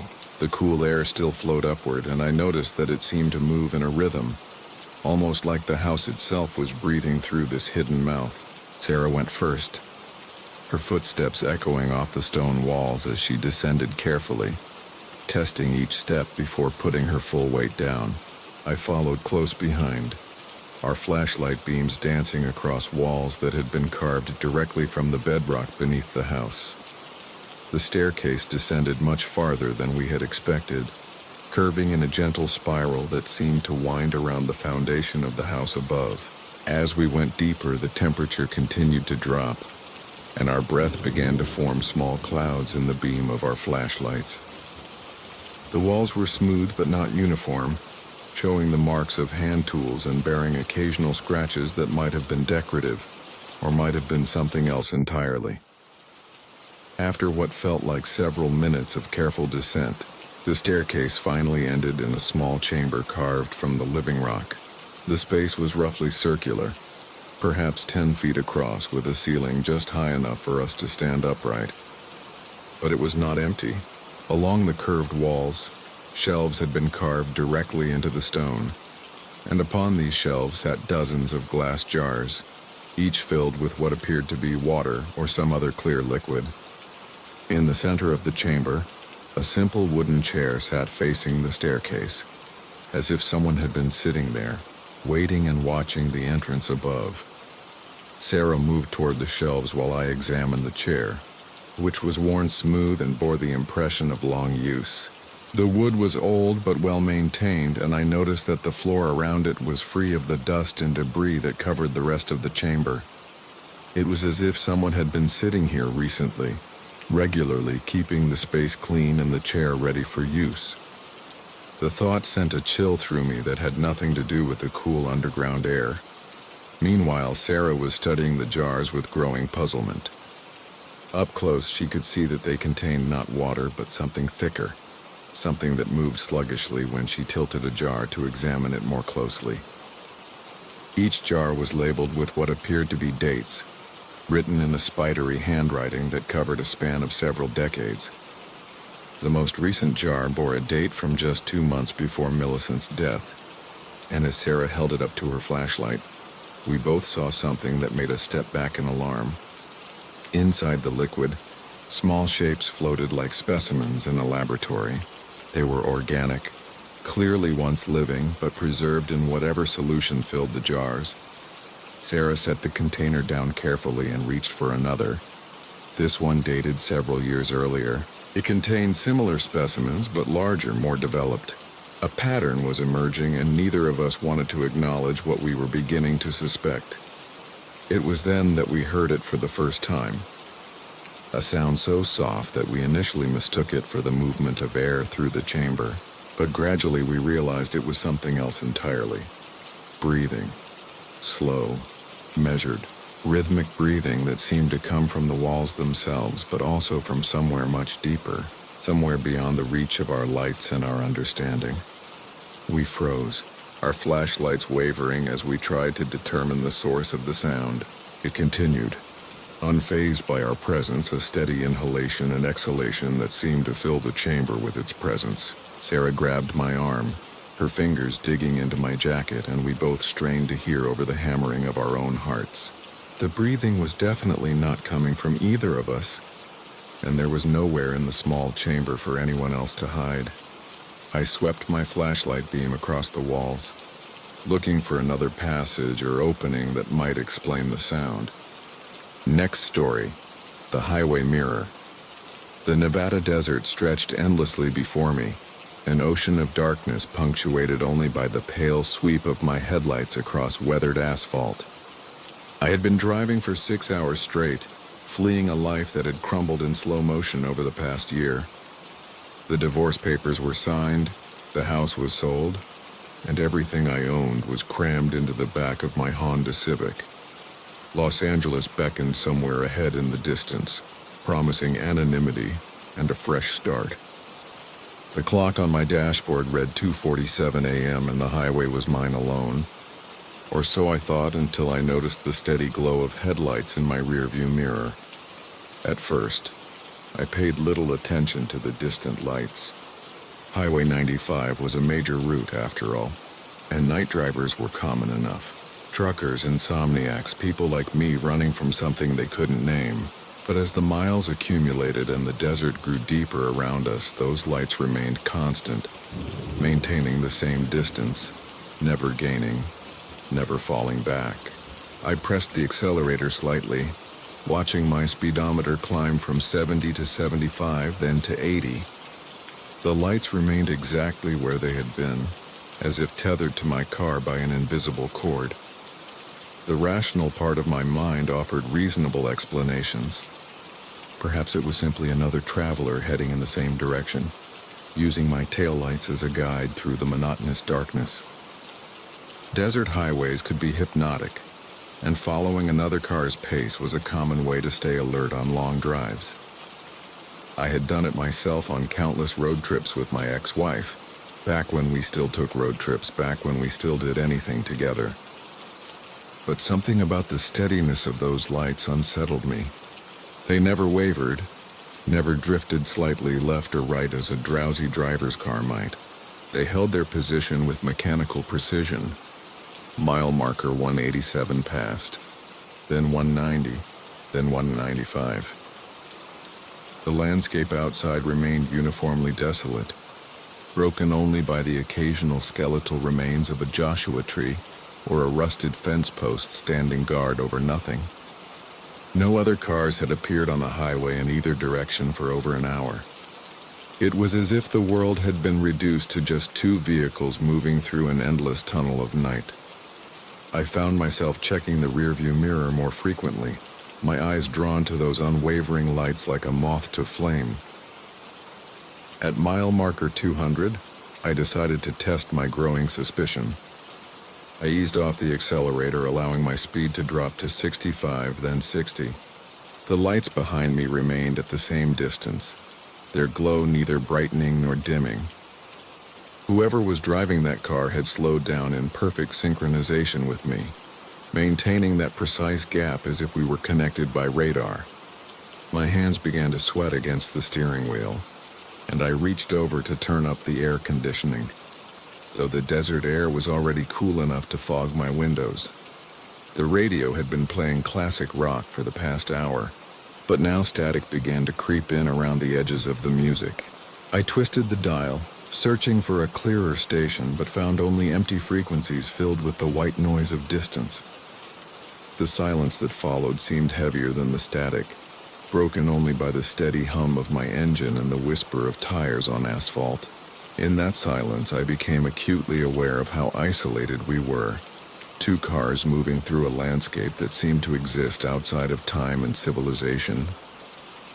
I tried to remember when I had first noticed the lights. Had they been there when I left Reno? Had they followed me from the gas station where I had last stopped for coffee and directions?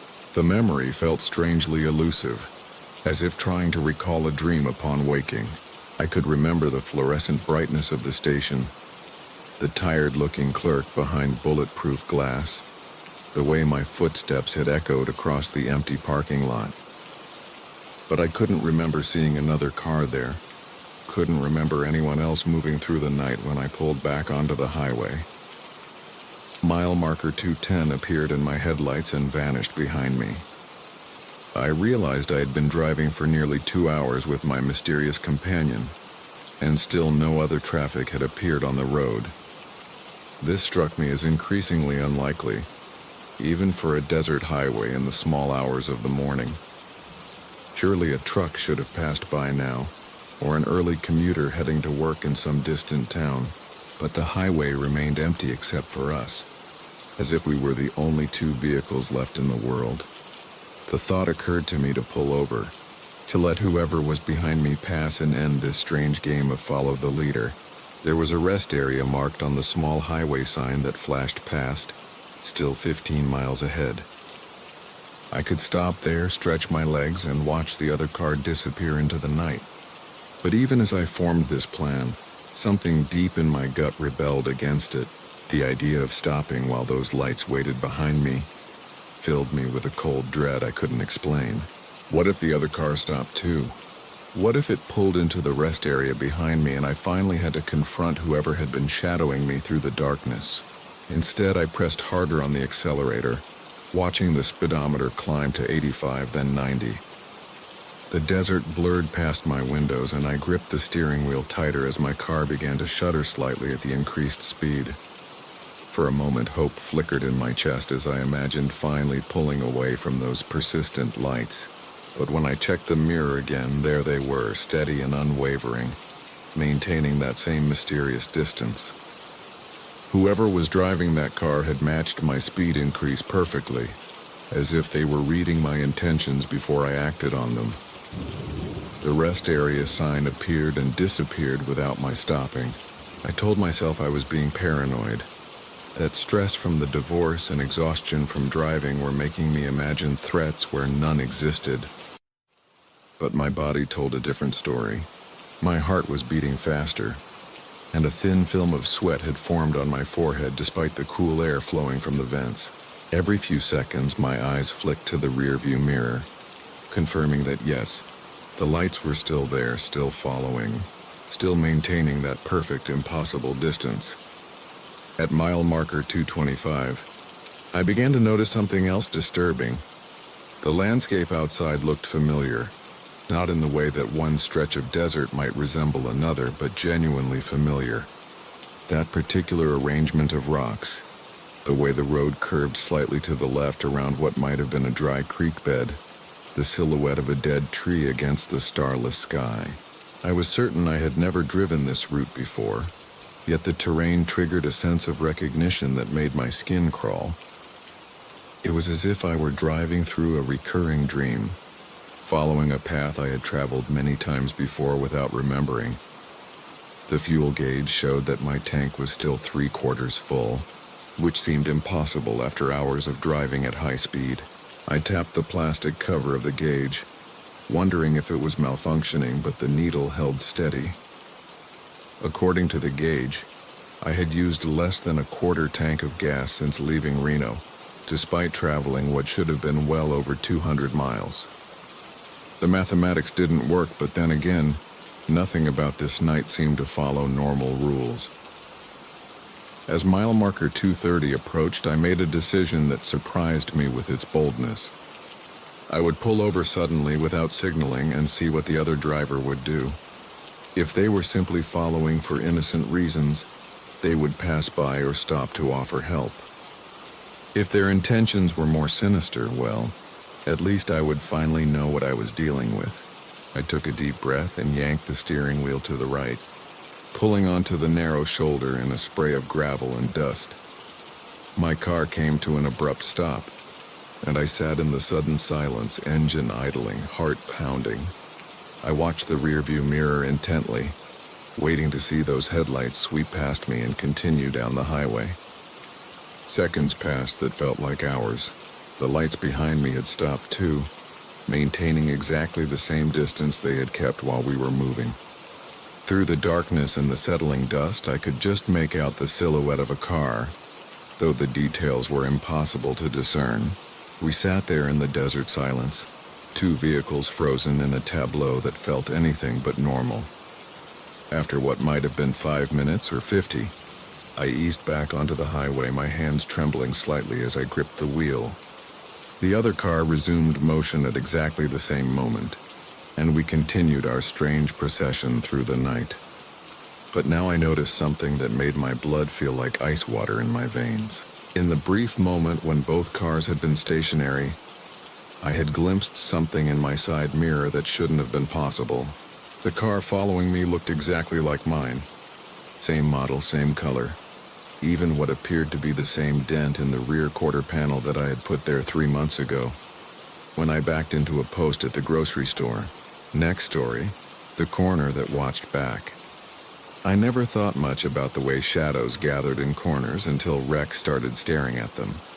My German Shepherd had always been a reliable companion, steady and calm, never one to bark at phantom sounds or chase imaginary movements.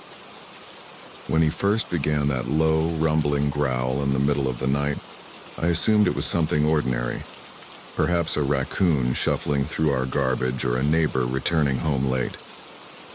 But the growling continued, night after night, always directed toward the same corner of my bedroom, always between the hours of 3 and 4 in the morning.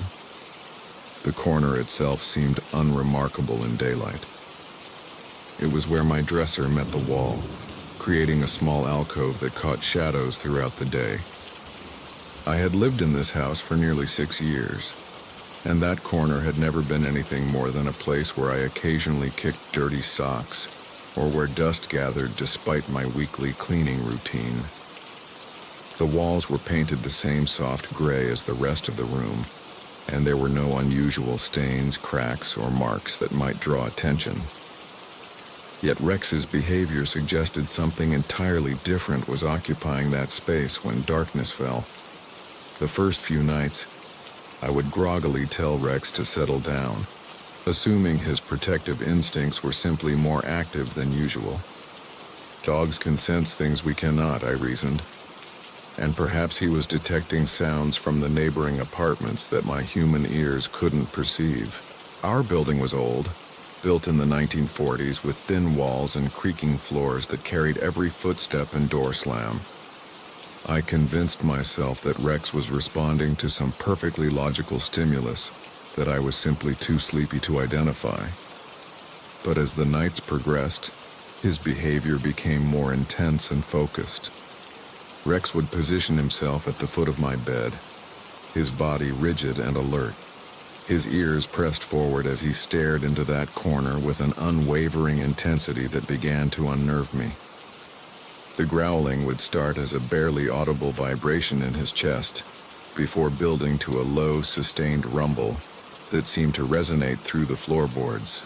Sometimes he would whine softly between growls, a sound I had never heard from him before, not fear exactly, but something closer to confusion or concern. I began staying awake to observe his behavior more carefully. Rex was remarkably consistent in his timing and his focus. His attention would shift to the corner at approximately 3:15 each morning, and he would maintain his vigil until sometime after 4 o'clock, when he would finally relax and settle back into sleep. During these episodes, he never took his eyes off that specific area, never glanced toward the window where actual sounds might originate, never investigated other parts of the room. His concentration was absolute and unwavering. On the 7th night of this pattern, I decided to turn on the light when Rex began his growling ritual. I reached for the bedside lamp, squinting as the warm yellow glow filled the room, and looked toward the corner that had been holding my dog's attention so completely. At first glance, everything appeared normal. The same dresser, the same wall, the same unremarkable space I saw every day. But as my eyes adjusted to the light, I noticed something that made my breath catch in my throat. The shadows in that corner were wrong. Despite the lamp's illumination, a patch of darkness remained roughly the size of a person that seemed to absorb light rather than reflect it. The shadow had a density and presence that felt distinctly unnatural, as if the darkness itself had weight and substance. When I moved the lamp closer, directing more light toward the area, the shadow didn't diminish or shift as shadows should. Instead, it seemed to pulse gently, like something breathing or a heart beating in slow motion. Rex's growling intensified when the light revealed this anomaly, but his posture changed subtly. The rigid alertness remained, but I detected something that might have been recognition in his stance, as if the presence in the corner was familiar rather than completely foreign. He was not cowering or preparing to flee, nor was he positioning himself to attack. His behavior suggested he was monitoring something that he had encountered before, something that required attention but not necessarily immediate action. I sat watching that impossible shadow for nearly an hour, trying to rationalize what I was seeing. Perhaps it was a trick of the lighting, an optical illusion created by the angle of the lamp and the way it interacted with the corner's geometry. I experimented with different light sources, my phone's flashlight, the overhead ceiling fixture, even a candle, but the shadow persisted with each illumination, maintaining its shape and density regardless of how the light struck it. The most unsettling aspect of the shadow was its subtle movement. It didn't shift or dance like normal shadows do when light sources move. Instead, it seemed to breathe with a rhythm that was almost hypnotic, expanding and contracting in a slow, steady pattern that reminded me of someone sleeping deeply. Occasionally, I thought I could detect shapes within the darkness, the suggestion of shoulders, perhaps, or the curve of a head tilted at a listening angle. Over the following weeks, I established my own routine of observation. Each night when Rex began his vigil, I would turn on the light and study the shadow that inhabited my corner. I began to notice subtle variations in its appearance and behavior. Some nights it seemed more solid and defined, while other nights it appeared almost translucent, as if it were fading in and out of existence. The breathing pattern varied as well, sometimes slow and steady, other times irregular, as if whatever created the shadow was experiencing dreams or distress. I researched the history of my apartment building, hoping to find some explanation for what I was witnessing. The building's records revealed nothing particularly unusual. No reported deaths in my unit, no tragic accidents or violent incidents that might explain a lingering presence. The previous tenant had lived here for 12 years before moving to be closer to family, and according to the landlord, had never reported anything unusual about the apartment. But my research into the building's earlier history revealed something intriguing. The structure had been built on the site of a boarding house that had operated from the 1890s until a fire destroyed it in 1943. The boarding house had catered to traveling salesmen, seasonal workers, and others who needed temporary accommodation. Records from that era were sparse, but I found references to a man named Thomas Whitmore who had lived in a room that corresponded roughly to where my bedroom was now located. The few details I could uncover about Thomas painted the picture of a quiet, solitary individual who kept to himself and was described by other residents as someone who spent considerable time in his room, often sitting in the corner near his window watching the street below. He had died in the boarding house fire, but unlike other victims who were found near exits or windows, Thomas had been discovered in the corner of his room, apparently overcome by smoke while maintaining his usual position. This historical connection felt significant, though I couldn't definitively prove any relationship between Thomas Whitmore and the shadow that appeared in my corner each night. What struck me most was the passive nature of both the historical figure and the presence I was observing. There was nothing threatening or malicious about the shadow's behavior. It simply existed, occupying its space with the same quiet consistency that Thomas had apparently demonstrated during his life. Rex's attitude toward our nightly visitor gradually evolved from alert guardedness to what I can only describe as companionship. He continued his routine of monitoring the corner, but his growling became less frequent and more conversational, as if he were acknowledging the presence rather than warning it away. Sometimes I would catch him tilting his head in that particular way dogs do when they're listening carefully, as if responding to sounds or communications that I couldn't perceive. The most remarkable development came after about 6 weeks of nightly observations. I had fallen asleep with the light on, exhausted from staying awake during Rex's vigil, and I woke to find my dog sleeping peacefully at the foot of the bed rather than maintaining his usual watch. The shadow in the corner was still there, but its breathing pattern had synchronized with Rex's sleeping rhythm, creating a strange harmony between the living and whatever existed in that dark space. I realized then that what I was witnessing might not be a haunting in any traditional sense, but rather a kind of coexistence. The shadow had been sharing my space long before I became aware of its presence, occupying its corner with the same quiet routine that I followed in the rest of the room. Rex had simply been the first to notice and acknowledge our third resident, and over time had accepted its place in our small household. Now, several months later, I no longer turn on the light when Rex begins his nightly observations. I've grown accustomed to knowing that the corner is occupied, that something sits quietly in the darkness, maintaining its patient vigil just as it may have done for decades before I arrived. Rex still monitors the situation, but his role has shifted from guard dog to neighbor, occasionally offering a soft woof of greeting when the shadow's presence becomes particularly noticeable. The corner that once seemed so ordinary has become a reminder that the spaces we inhabit are often shared in ways we never imagine, and that awareness doesn't always bring fear. Next story. The police said no one could have survived that crash, but I saw someone walk away. The rain had been falling for 3 days straight when I took the night shift at Millbrook Junction, that lonely stretch of highway where Route 47 curves around Dead Man's Bend. They call it that for good reason, though nobody talks about why anymore. I'd been working highway patrol for 8 years, and I'd seen enough twisted metal and shattered glass to know that some roads just have a hunger to them, like they're waiting for the right moment to claim what they're owed. It was just past midnight when I got the call about the accident. Dispatch said it was bad, real bad, and that I should expect to be there until dawn waiting for the coroner and the cleanup crew. The rain was coming down in sheets, turning my headlights into useless cones of glare that barely cut through the darkness. As I rounded the bend, I could see the red and blue lights of the first responders already on scene, their colors bleeding through the storm like watercolors on wet paper.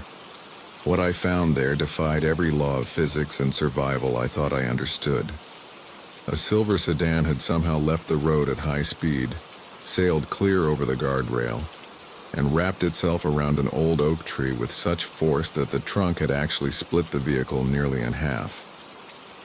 The front end was crushed so completely that the engine block had been driven back into what used to be the passenger compartment. Steam rose from the wreckage in ghostly wisps, mixing antifreeze and motor oil with the smell of rain-soaked earth. Captain Morrison was already there, standing in his yellow rain slicker and shaking his head at the devastation. He'd been working these roads longer than anyone, and when he looked at a crash scene, he could usually tell you everything you needed to know just by reading the physics written in twisted metal and broken glass. When I approached him, he gestured toward the wreckage with the kind of grim finality that comes from seeing too much death on dark highways. The forensics team was taking their photographs, their camera flashes creating stark momentary snapshots of destruction that burned themselves into my retinas. Morrison explained that the vehicle had been traveling at an estimated 90 miles per hour when it left the road. There were no skid marks, no evidence that the driver had even attempted to brake or avoid the collision. The impact had been so severe that the car's frame had buckled and folded like an accordion, creating a space where the passenger compartment used to be that was now roughly the size of a briefcase. But here's where the story takes a turn that still keeps me awake at night, 3 years later. As I stood there in the rain, listening to Morrison explain why no human being could have possibly survived inside that crushed metal tomb, I happened to glance toward the tree line about 50 yards beyond the crash site. The beam of my flashlight caught something moving between the pine trees, a pale figure walking slowly but deliberately away from the scene. The figure appeared to be wearing light-colored clothing, and despite the driving rain, seemed to be moving with purpose rather than the stumbling gait of someone injured or in shock. I immediately called out to Morrison and pointed toward the woods, but by the time he turned to look, the figure had melted back into the darkness between the trees. Morrison squinted through the rain and shook his head, suggesting that I'd probably seen a deer or maybe just shadows playing tricks in the storm. But I knew what I'd seen, and more importantly, I knew how it had moved. Animals don't walk upright with that kind of measured human gait, and shadows don't wear what looked distinctly like a pale dress or nightgown that seemed to glow faintly against the dark backdrop of the forest. The coroner arrived about an hour later, a thin man named Dr. Pemberton, who had the unenviable task of determining what remained inside the crushed vehicle. Using specialized equipment and working with the fire department's extraction team, they carefully began the process of accessing what was left of the passenger compartment. What they found made no sense according to everything we understood about the crash. There was blood on the seats, blood on the dashboard, blood spattered across what remained of the windshield. But there was no body. Dr. Pemberton spent the better part of 2 hours examining every inch of the wreckage, checking to see if perhaps a body had been thrown from the vehicle during the impact. The extraction team used their tools to pry apart sections of twisted metal, looking for any trace of human remains that might have been trapped in the compression. They found personal effects: a woman's purse containing a driver's license for Sarah Chen, age 28, a cell phone with a cracked screen, and a pair of shoes that had somehow remained perfectly placed on the floor of the passenger side, as if someone had simply stepped out of them. By dawn, Morrison had called in additional personnel to conduct a comprehensive search of the surrounding area. They brought in tracking dogs and organized search teams to comb through the woods, thinking perhaps that somehow, impossibly, someone had survived the initial impact and wandered away in a state of shock or delirium. But the dogs found nothing. No scent trails leading away from the vehicle. No traces of blood or torn clothing caught on branches. No footprints in the soft earth, despite the rain that should have made tracking easier rather than harder. The official report concluded that the driver, Sarah Chen, had died on impact, and that her body had likely been thrown from the vehicle and carried away by some unknown animal, possibly a bear or large coyotes, though that explanation satisfied no one who had actually seen the scene. Morrison retired 2 months later, and in his final conversation with me, he admitted that in 30 years of working crash scenes, he'd never encountered anything that bothered him quite like the Sarah Chen case. But my own encounters with the inexplicable were far from over. 3 months after the initial crash, I was working another night shift when I received a call about a disabled vehicle in the same area of Dead Man's Bend. When I arrived on scene, I found an elderly man standing beside his pickup truck, which had apparently suffered a blown tire. As I helped him change the tire, he mentioned that he'd been driving this route for 40 years and had never seen anything like what he'd witnessed that night. The man told me that as he'd rounded the bend, his headlights had illuminated a figure walking along the side of the road.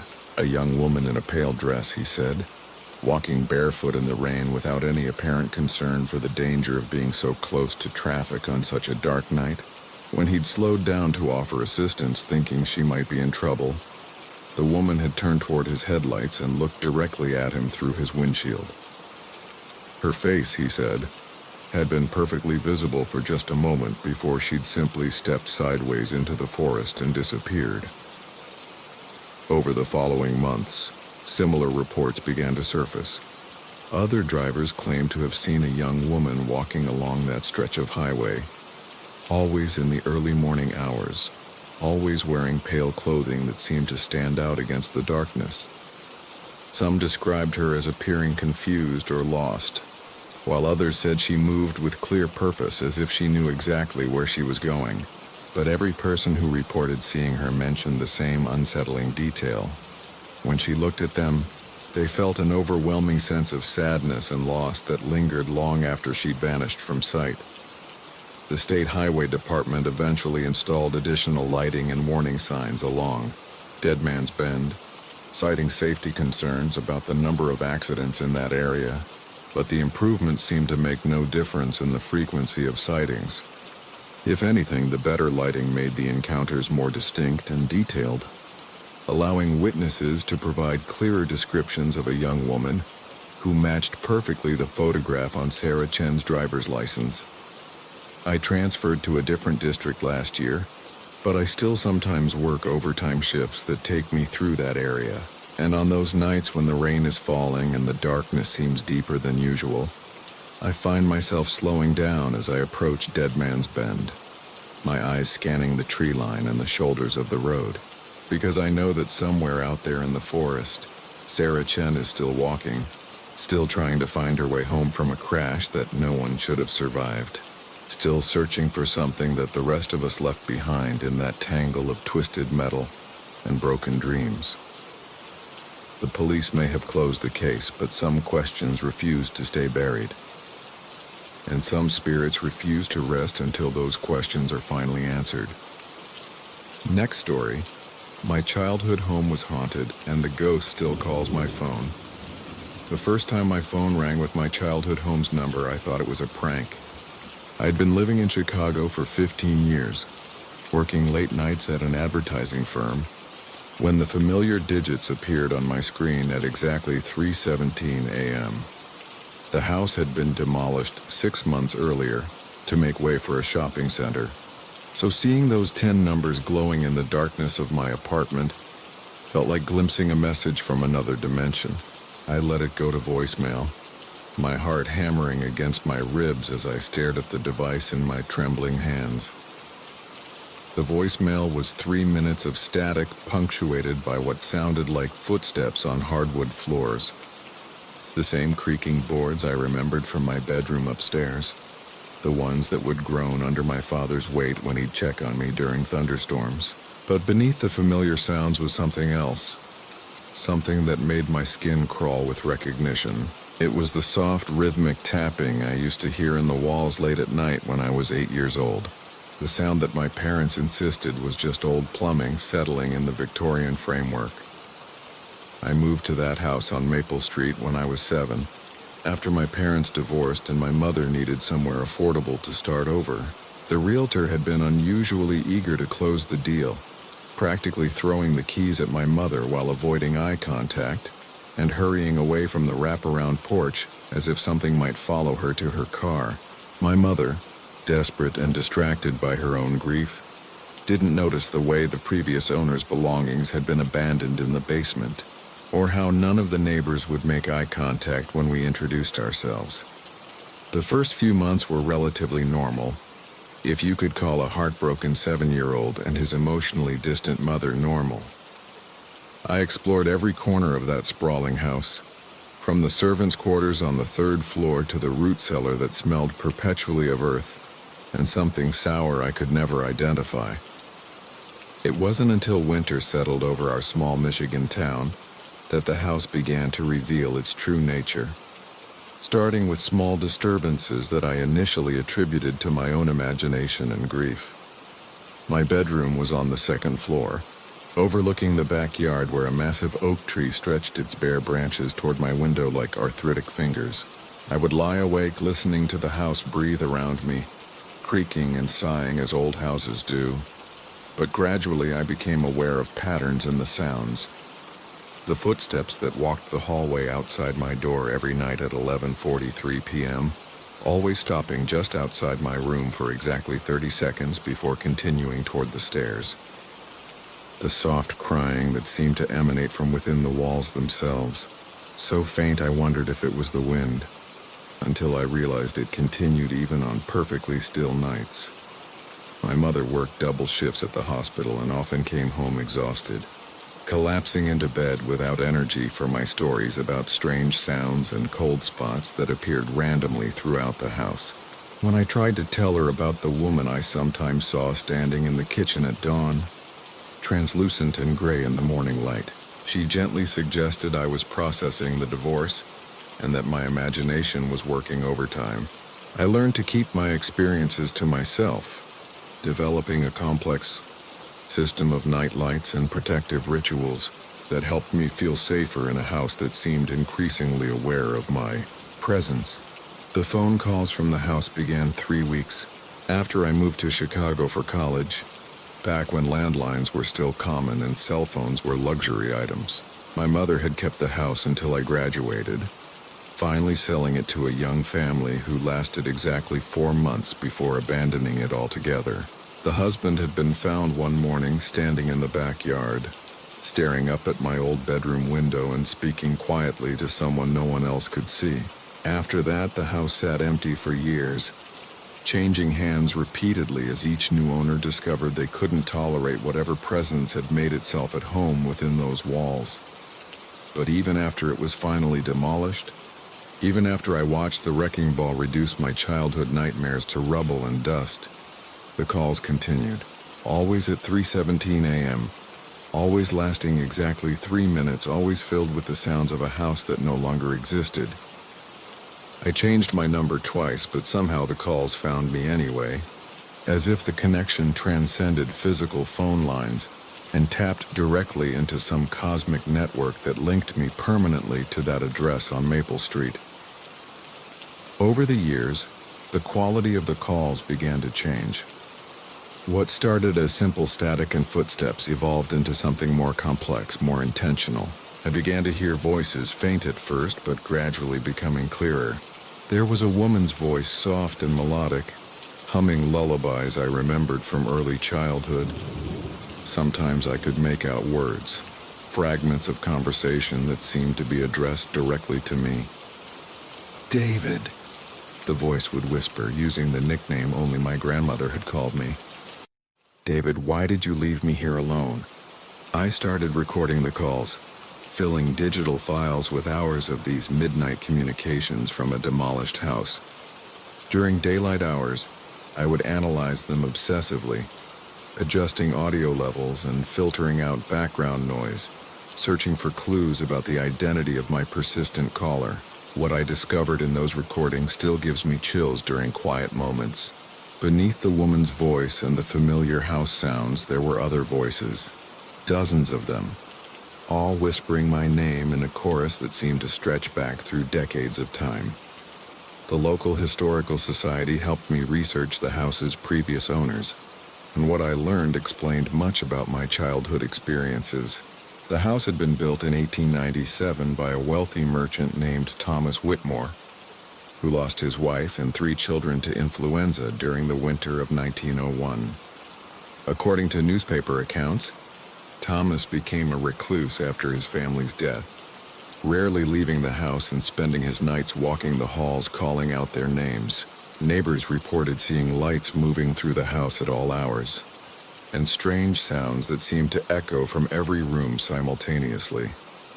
Thomas died in 1923, found in the master bedroom speaking quietly to empty air, his final words recorded by the attending physician as, "Tell them I'm coming home." The house changed hands 17 times over the following decades, with each family reporting similar experiences: footsteps, voices, the sensation of being watched by unseen eyes. Most disturbing was the pattern that emerged from the records. In every case, the families had children around my age who reported dreams about a sad woman who asked them to stay and keep her company forever. Armed with this knowledge, I began to understand that my connection to the house went deeper than simple childhood trauma. The presence that had watched me sleep, that had whispered my name through heating vents and tapped messages in the walls, had formed an attachment that transcended physical space. When I left for college, I had taken something with me, or perhaps something had followed me, maintaining our bond through these midnight phone calls across impossible distances. Last month, the calls began including video. My phone would ring at the usual time, but instead of static and voices, the screen would flicker to life, showing impossible footage of rooms that should no longer exist. I watched myself as a child sleeping peacefully while a translucent figure sat on the edge of my bed, stroking my hair with fingers that cast no shadow. I saw my mother moving through the kitchen while that same figure stood behind her, reaching out as if trying to touch her shoulder but never quite making contact. The most disturbing recordings show me as an adult, going about my daily routine here in Chicago, always with that same presence lingering just at the edge of the frame. She's in the reflection of my bathroom mirror while I brush my teeth, standing behind me in security camera footage from my office building, sitting in the empty chair across from me at restaurants where I eat alone. The realization that she has been with me all these years, watching and waiting, fills me with a complex mixture of terror and something disturbingly close to comfort. Tonight, as I write this account, my phone sits silent on the desk beside me. It's 3:15 a.m., and for the first time in 15 years, I find myself waiting for that familiar number to appear on my screen. The silence feels wrong somehow, more unsettling than any of the previous calls. I've come to depend on these midnight communications, these proof that somewhere beyond the veil of ordinary reality, Someone remembers the frightened child I used to be and refuses to let him go. My phone is ringing now, and this time I think I'm finally ready to answer. Next story. We stayed in a motel off the highway, and the manager warned us not to open the door after midnight. The Desert Rose Motel appeared through our windshield like a mirage, its pink neon sign flickering against the vast darkness of the Nevada highway. My wife Sarah and I had been driving for 12 hours straight, fleeing the suffocating memories of our old life in Phoenix, when exhaustion finally forced us to pull over. The fuel gauge was nearly empty, and Sarah's knuckles had gone white from gripping the passenger door handle every time I'd swerved slightly on the endless, hypnotic road.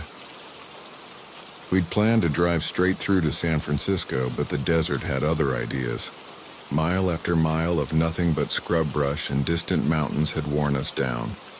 And when the motel's sign promised vacancy, we took it as a sign from the universe that we needed rest. The building itself was a relic from the 1950s, all atomic age angles and faded pastel paint that looked almost ghostly under the desert stars. A small office sat at one end, its windows glowing with warm yellow light that seemed impossibly welcoming after hours of darkness. The manager who greeted us was an elderly man with silver hair combed carefully over his scalp and wire-rimmed glasses that caught the light strangely. His name tag read Earl, and he moved with the deliberate slowness of someone who had all the time in the world.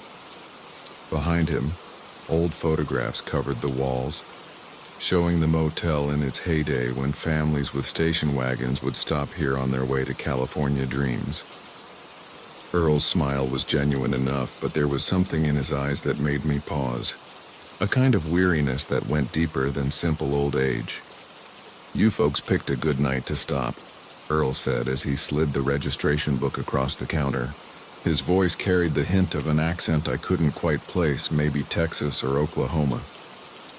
"Weather's been strange lately, and the highway gets dangerous after midnight. Wild animals and such." He paused, studying our faces as if memorizing them. "Speaking of midnight, I do need to mention our one-house rule. Once the clock strikes 12, don't open your door for any reason. Doesn't matter what you hear out there, doesn't matter who might be knocking. Keep that door locked tight until sunrise." Sarah looked at me with raised eyebrows, but I was too tired to care about eccentric motel policies. We'd encountered stranger things in roadside establishments, and Earl seemed harmless enough. I signed the register with a pen that felt oddly cold in my fingers, and Earl handed us a brass key attached to a plastic cactus keychain. "Room 17, he said, pointing toward the far end of the building. Clean sheets, hot water, and blessed silence from the road. Our room was exactly what I'd expected. Twin beds with floral bedspreads that had seen better decades, a television that predated remote controls, and air conditioning that wheezed like an emphysema patient. The bathroom tiles were avocado green, and the mirror above the sink had developed dark spots along its edges that looked almost like watching eyes in the dim light. But the beds were comfortable, and Sarah was asleep within minutes of her head hitting the pillow, her breathing finally steady and peaceful after the stress of our departure. I should have been exhausted too, but something about the place kept me alert. Maybe it was the unusual silence that had settled over everything like a heavy blanket. On a normal highway, you'd expect to hear the occasional truck rumbling past, but here there was nothing. Even the air conditioner's wheeze seemed muffled, as though the room existed in some kind of acoustic bubble. I found myself listening for sounds that never came, watching shadows that never moved. Around 11:30, I finally started to drift off when I heard footsteps outside our door. Slow, deliberate steps that seemed to pause directly in front of our room. I held my breath, straining to listen, but after a moment the footsteps continued down the walkway. Probably just another late arrival, I told myself, though I hadn't heard a car engine or seen headlights sweep across our curtained window. The footsteps faded, and I began to relax again. Then the clock on the nightstand clicked to midnight, its red digits seeming to glow brighter in the darkness. Almost immediately I heard them again, those same careful footsteps, but this time they stopped directly outside our door and didn't continue. A soft rustling sound followed, like someone adjusting their clothes or perhaps settling in to wait. Sarah stirred in her sleep but didn't wake, and I found myself grateful for her exhaustion. The first knock came 5 minutes later, so gentle I almost convinced myself I'd imagined it. 3 soft taps, barely audible above the air conditioner's labored breathing. I lay perfectly still, remembering Earl's warning, but my curiosity was beginning to override my caution. Who would be knocking at this hour and why so quietly? The tapping came again, still soft but more insistent now, and I could swear I heard someone shifting their weight on the concrete walkway outside. Hello? The voice was barely a whisper, feminine and somehow familiar, though I couldn't place it. Are you awake in there? I need help. The words were followed by what sounded like quiet sobbing, and despite Earl's warning, I felt myself getting up from the bed. Sarah remained deeply asleep, her face peaceful in the glow from the digital clock. The crying outside our door continued, soft and heartbroken, and every instinct I had was telling me to help whoever was out there. My feet found the carpet, and I moved carefully toward the door, avoiding the floorboard that had creaked when we'd first entered the room. The peephole was positioned too high to see through comfortably, and the chain lock felt solid beneath my fingers. I could unlock the door just enough to peek out, I reasoned, just to see who needed help at this ungodly hour.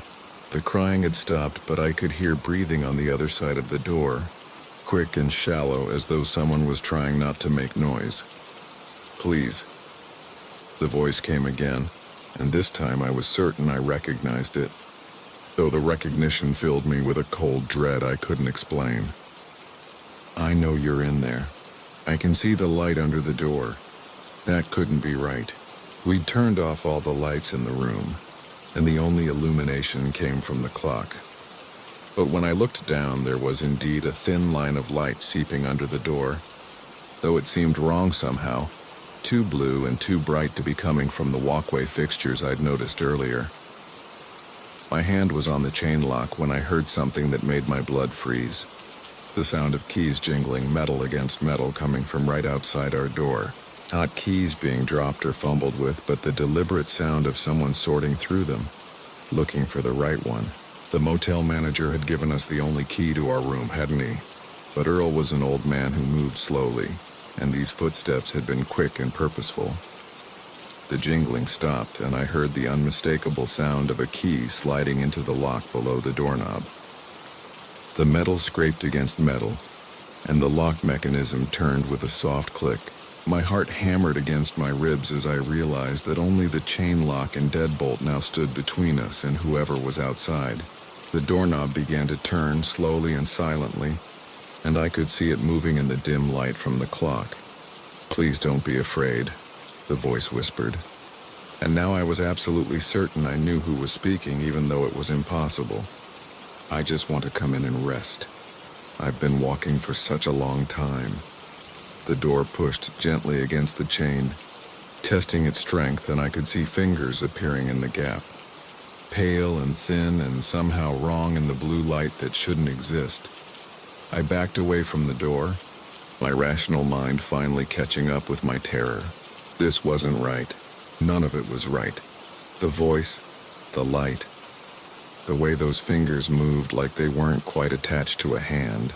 Earl's warning echoed in my memory, and I understood now that it hadn't been the eccentric policy of an old man, but a desperate attempt to keep his guests safe from something that prowled the Desert Rose Motel after midnight.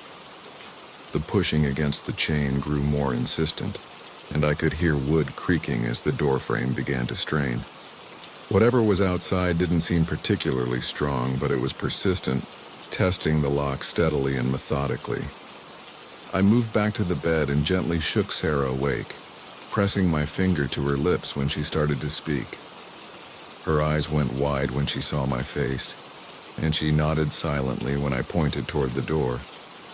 Together we watched as the gap in the door widened slightly, the old chain beginning to stretch under the constant pressure. Next story, the Night Watcher. The fluorescent lights hummed their eternal song as I settled into another 12-hour shift at Meridian Industries, a sprawling warehouse complex that stored everything from industrial equipment to seasonal merchandise. As the newest security guard on the team, I'd drawn the graveyard shift, 11 p.m. to 11 a.m., alone except for the dozen cameras that served as my electronic companions throughout the endless nights. The pay was decent enough to overlook the isolation, and honestly, after years of dealing with difficult customers in retail, the solitude felt like a blessing. My supervisor, Marcus, had spent 3 days training me on the system before leaving me to handle things solo. The control room was a cramped space lined with monitors, each displaying a different section of the warehouse in grainy black and white. Camera feeds from the loading docks, the main floor, the break rooms, the executive offices upstairs, and the maze of storage aisles that stretched for what felt like miles. The building had been expanded several times over the decades, creating an odd layout with unexpected corridors and dead-end passages that even the veteran employees sometimes got lost in. During my first few weeks, I established a routine that helped pass the time. Every hour I'd do a complete sweep of all camera angles, checking for anything unusual. Between rounds I'd read, listen to podcasts through earbuds, or work on crossword puzzles. The building was rarely completely silent. There were always the subtle sounds of a large structure settling, the distant hum of HVAC systems, and the occasional ping of cooling metal. These ambient noises became comforting background music to my solitary vigil. It was during my 4th week that I first noticed the figure. I was reviewing the camera feeds around 2 a.m. when something caught my peripheral vision on monitor 7, which covered the main warehouse floor. A shadow seemed to move between the towering shelving units, just beyond the reach of the camera's infrared illumination. I rewound the footage and watched it again, but whatever I thought I'd seen wasn't clear enough to be certain. Night vision cameras often created strange shadows and artifacts, Marcus had warned me, especially in a space as large and cluttered as our warehouse.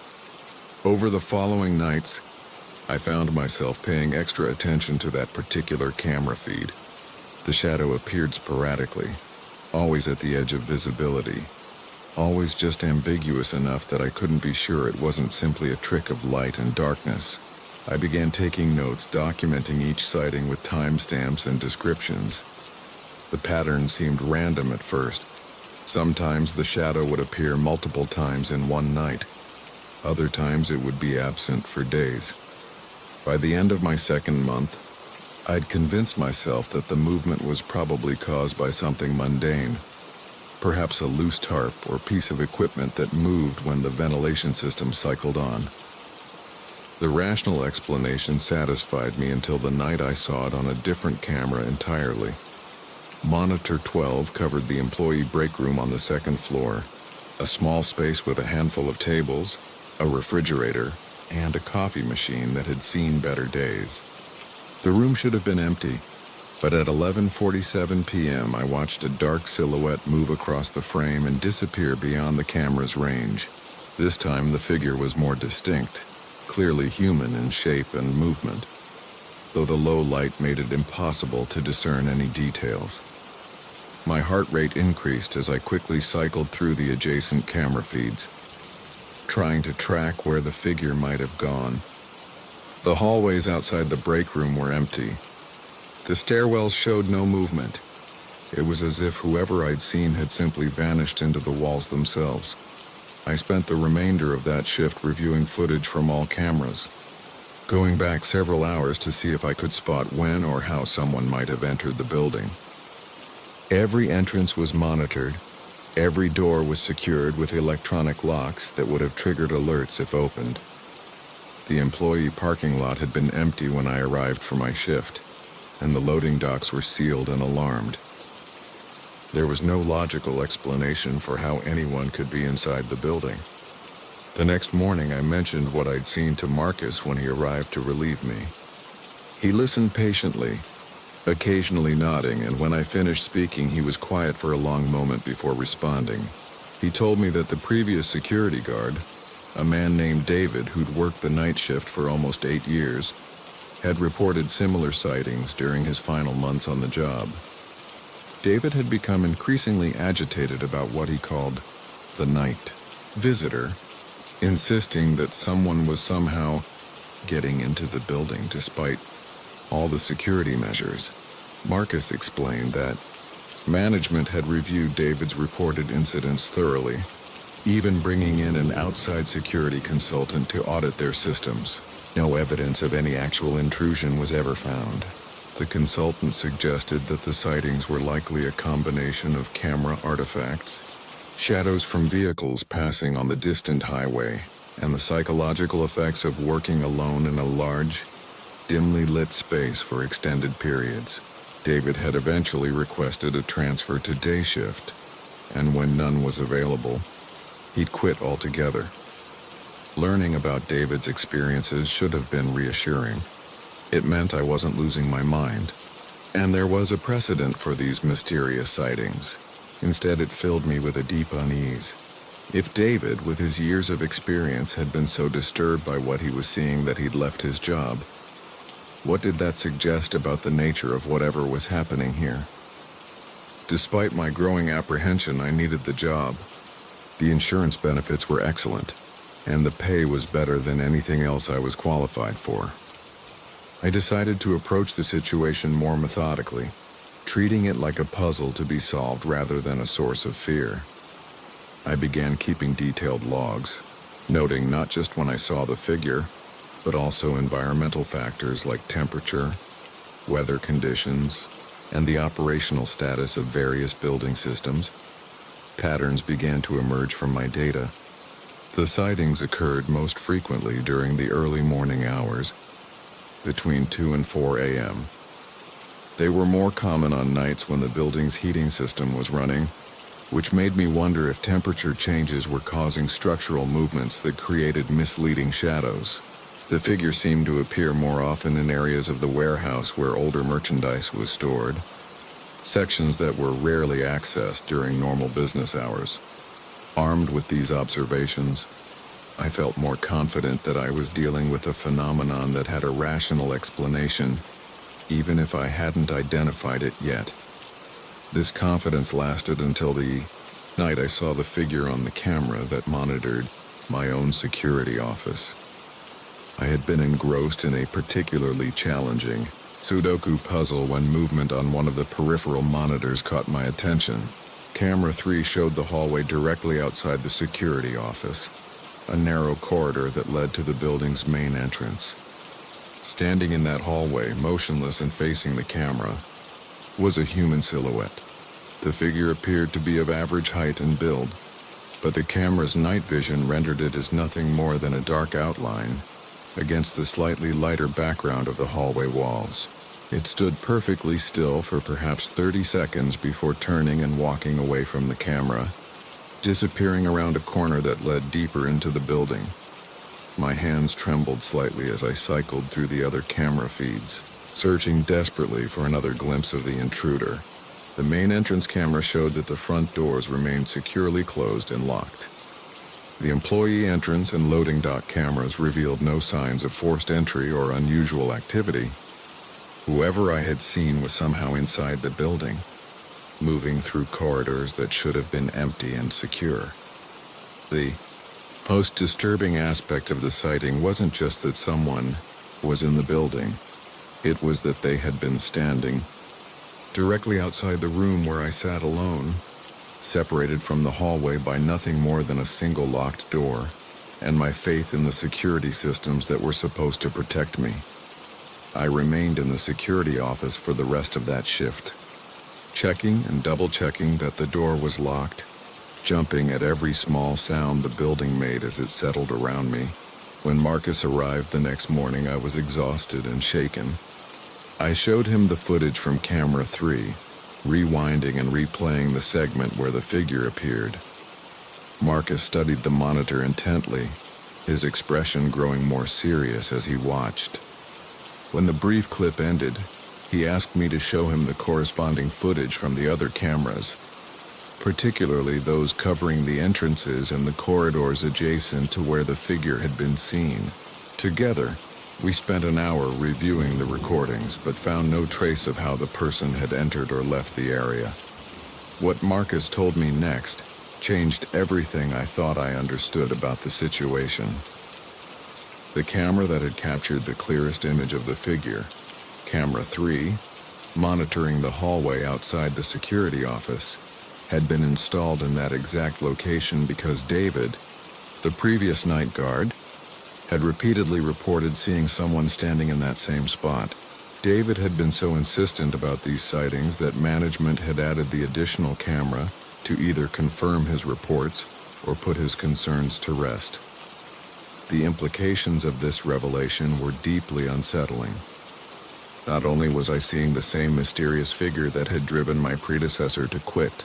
Next story, the melody and the madness. I never thought I'd be the type of person to walk away from civilization, but after Sarah died, the city felt like it was suffocating me. Every street corner held a memory. Every coffee shop echoed with her laughter, and every song on the radio seemed to mock the silence she left behind. That's how I found myself 3 months later, accepting a position as a forest ranger in the remote Cascade Mountains, where the nearest neighbor was 40 miles away, and cell service was just a distant dream. The job came with a small cabin nestled deep in the Douglas fir forest, surrounded by towering trees that had been growing since before my great-grandfather was born. During my first few weeks, I discovered something unexpectedly healing about the constant symphony of the wilderness. There were the obvious sounds, of course. Birds calling to each other at dawn, the rustle of small animals in the underbrush, the whisper of wind through the canopy. But there were subtler notes too. The gentle creaking of wood as the trees swayed, the distant trickle of hidden streams, the soft patter of pine needles falling like nature's own percussion section. I developed a routine quickly. Every morning at sunrise, I would walk the same trail that wound through my designated section of forest, checking for signs of disease in the trees, monitoring the wildlife, and maintaining the few hiking paths that occasionally saw visitors. The trail was roughly 5 miles long and took me about 3 hours to complete, including stops to document my observations. It became a meditation of sorts, this daily communion with the forest, and for the first time since the accident, I felt something approaching peace. Sarah had always loved Debussy's Clair de Lune. She would hum it while cooking dinner, play it on her violin when the arthritis in her hands wasn't too bad, and sometimes she'd even hum it in her sleep. After she passed, I couldn't bear to hear it played properly. It felt too much like salt in an open wound. But gradually, during those quiet forest walks, I found myself humming the melody, softly at first, almost unconsciously, but eventually with something that felt like joy rather than sorrow. The forest seemed to embrace the music, and I imagined Sarah would have loved this place. Everything changed on a Tuesday morning in late October. I had been at the ranger station for nearly 2 months, and autumn was painting the forest in brilliant oranges and golds. The air carried that crisp bite that promised winter wasn't far behind, and I had started wearing my heavier jacket on the morning walks. I was about halfway through my usual route, humming Clair de Lune as I examined a cluster of suspicious spots on an old cedar. When I realized something was wrong, the forest had gone completely silent. Not the gentle quiet that sometimes falls over natural spaces, but an absolute oppressive silence that felt almost physical. No bird songs, no rustling leaves, no distant animal calls. Even the ever-present whisper of wind through the trees had ceased entirely. The silence was so complete that I could hear my own heartbeat, my own breathing, even the soft sound of my saliva when I swallowed nervously. It was as if the entire ecosystem had simply held its breath and was waiting for something to happen. I stood perfectly still for what felt like several minutes but was probably only 30 seconds, straining to hear any normal forest sound. Nothing. Then, carried on air so still it might as well have been vacuum, I heard something that made every hair on my arm stand up. Someone was whistling Claire de Lune. The melody was perfect, note for note exactly as Sarah used to play it, with the same subtle phrasing and gentle tempo.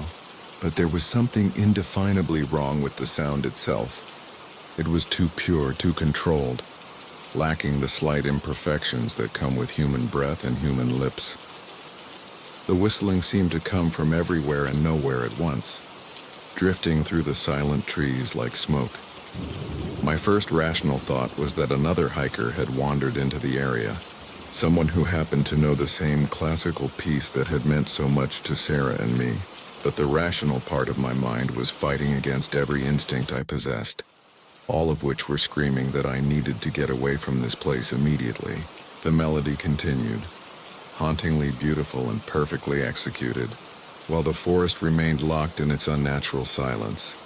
I began walking back toward the cabin, trying to maintain a casual pace while fighting the urge to break into a run. The whistling followed me, always seeming to come from just beyond the next cluster of trees, just around the next bend in the trail.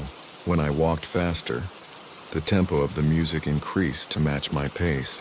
When I slowed down, trying to convince myself I was being ridiculous, the melody slowed as well, maintaining perfect synchronization with my movements. By the time I reached the cabin, my hands were shaking so badly I could barely get the key in the lock. The moment I stepped inside and closed the door behind me, the whistling stopped, and the normal sounds of the forest resumed as if someone had simply turned the volume back up on the world. Birds began singing, leaves rustled in a breeze that hadn't existed moments before, and life returned to the woods around my home. I spent the rest of that day trying to rationalize what had happened. Perhaps there had been another person in the forest, and the acoustic properties of the trees had created some kind of echo effect that made the whistling seem omnipresent. Maybe the sudden silence had been caused by a predator passing through, something that had spooked all the smaller animals into hiding. There were logical explanations for everything I had experienced, and I clung to them desperately. But the next morning, it happened again. This time, I was only 20 minutes into my walk when the forest fell silent, and the whistling began. Again, it was Claire de Lune, performed with the same impossible perfection. Again, it seemed to come from everywhere at once, and again, it matched my pace as I hurried back to the cabin. The pattern continued for the rest of the week, always at a different point in my walk, always lasting until I reached the safety of my home.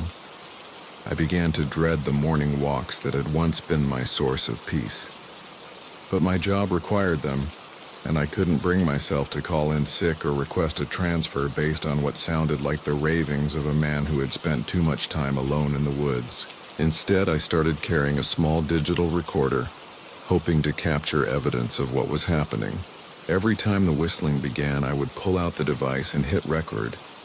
But when I played back the audio later, all I could hear was my own labored breathing and footsteps. The melody never appeared on the recordings. After 2 weeks of this, I began to notice other changes in the forest. Trees that I had cataloged and photographed dozens of times seemed to have shifted position slightly, standing in configurations I didn't remember. Trails that should have been familiar after months of daily walks led to clearings I had never seen before. Most disturbing of all, I started finding objects that didn't belong in the wilderness. A child's music box half buried under fallen leaves, a violin bow hanging from a low branch, sheet music scattered across the forest floor like oversized confetti. The sheet music was always Claire de Lune. I collected every piece I found, taking them back to the cabin and spreading them across my kitchen table. The pages were old and weathered as if they had been exposed to the elements for years, but the musical notation was still clearly visible. Some of the sheets had handwritten notes in the margins, suggestions for fingering positions and phrasing marks that looked remarkably similar to Sarah's handwriting. But that was impossible. Sarah had never been to this forest, had never even visited this state. 3 weeks after the whistling first began, I made a discovery that changed everything. While investigating a section of forest that seemed different from my memories, I found a small clearing I had never seen before. In the center of the clearing stood a single gravestone, old and weathered and completely incongruous in the middle of untouched wilderness. The name carved into the stone was partially obscured by moss and age, but I could make out enough letters to send my heart racing. S-A-R-A-H. I knelt beside the stone, pulling away the moss and debris, trying to read the full inscription. But as I worked, the forest began to fall silent around me, and I heard the first notes of Clair de Lune beginning somewhere in the trees behind me. This time I didn't run. This time I stayed kneeling beside the grave and listened as the melody played out in its entirety, note perfect and heartbreakingly beautiful. When the song ended, the silence continued for a long moment before the normal sounds of the forest gradually returned. I remained by the gravestone until sunset, and in all that time I felt more at peace than I had since the day Sarah died. The next morning I took my usual walk, but the forest never fell silent and no one whistled my favorite song. Next story, the map that forgot to remember. I've always been the type of person who trusts technology implicitly, so when my GPS started acting up during that late October drive through the Cascade Mountains, I figured it was just another glitch in an increasingly glitchy world. I was heading from Seattle to my sister's wedding in Spokane, running about 2 hours behind schedule because of a work emergency that couldn't wait. The interstate stretched ahead of me like a black ribbon, but traffic had come to a complete standstill due to what the radio called a multi-vehicle accident, with no estimated clearance time. That's when my phone chimed with what seemed like divine intervention. A notification from my navigation app suggested an alternate route that would save me nearly an hour, cutting through some mountain roads I'd never heard of, but appeared to wind through state forest land. The estimated arrival time suddenly looked manageable, and I wouldn't have to text my sister with another delay excuse. I took the exit without hesitation, following the blue line on my screen as it led me away from the congested highway and into the darkening wilderness. The road started out normally enough, a well-maintained 2-lane highway that curved gently between towering evergreens. But as the miles passed, the asphalt began to narrow, and the trees pressed closer to the shoulders until they formed a tunnel of branches overhead. The GPS continued to offer turn-by-turn directions in its familiar synthetic voice, guiding me onto progressively smaller roads with names like Timber Creek Way and Lost Ridge Pass. I remember thinking how apt that last name was, considering how thoroughly lost I was beginning to feel despite having clear directions. What struck me as odd was the complete absence of other vehicles. I'd been driving for nearly 40 minutes without seeing a single car, truck, or motorcycle heading in either direction. No logging trucks, no Forest Service vehicles, no weekend hikers heading home from day trips. The silence was so complete that I could hear my tires crunching over scattered pine needles that had somehow found their way onto the pavement. Even more unsettling was the realization that I hadn't seen any road signs for the past 20 miles. No mile markers, no warnings about curves or wildlife crossings. Nothing to indicate that this road officially existed in any government database.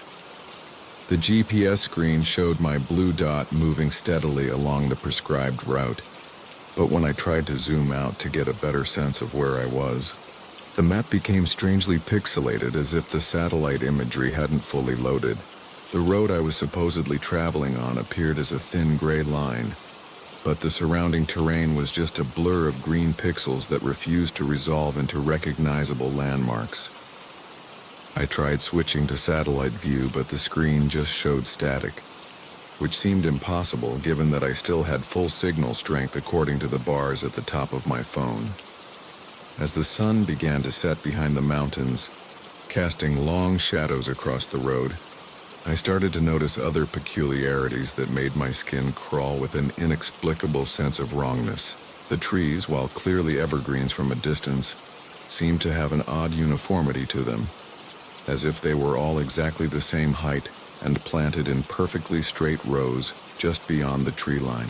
When I slowed down to get a better look, I realized that the branches didn't move at all, not even in what should have been a steady mountain breeze. They stood absolutely motionless, like a painted backdrop in an old theater production. The road surface itself was beginning to bother me as well.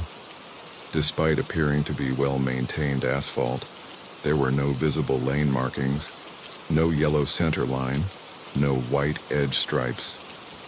Just smooth, dark pavement that seemed to absorb my headlight beams rather than reflecting them back.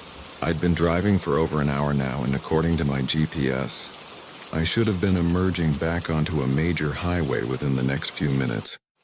But all I could see ahead was more of the same endless forest corridor. That's when I decided to try calling my sister to let her know I might still be delayed. Despite the GPS promising I was making good time, but when I pressed her contact information, the call wouldn't go through. Not because I didn't have signal strength, which remained mysteriously strong, but because the phone seemed to dial numbers that didn't exist. Instead of ringing, I got a recorded message in a voice I didn't recognize, speaking what sounded like English but using words I couldn't quite understand, as if I were listening to a familiar language being spoken backwards. I pulled over to the side of the road and tried to call several other contacts, but each attempt resulted in the same incomprehensible recorded message. Even more disturbing was the realization that when I opened my contact list, the names were all slightly wrong. My sister Jennifer was now listed as Jennifer. My parents' names had extra letters that didn't belong, and some contacts appeared to be people I'd never met, but whose numbers were somehow stored in my phone with detailed conversation histories I didn't remember having. Getting back on the road, I decided to ignore the GPS and simply turn around, retracing my route back to the interstate. But when I attempted a U-turn, I discovered something that made my blood run cold. The road behind me, the same road I just traveled, was gone. Not blocked by a landslide or washed out by flooding, but simply absent, as if it had never existed. Where there should have been asphalt stretching back through the forest, there was only an impenetrable wall of those unnaturally uniform trees, standing so close together that I couldn't see more than a few feet between their trunks. The GPS, seemingly unaware that my return route had vanished, continued to cheerfully announce upcoming turns and estimated arrival times. But now the voice sounded subtly different, still using the same synthetic intonation but with slight changes in pronunciation that made familiar words sound foreign and unsettling.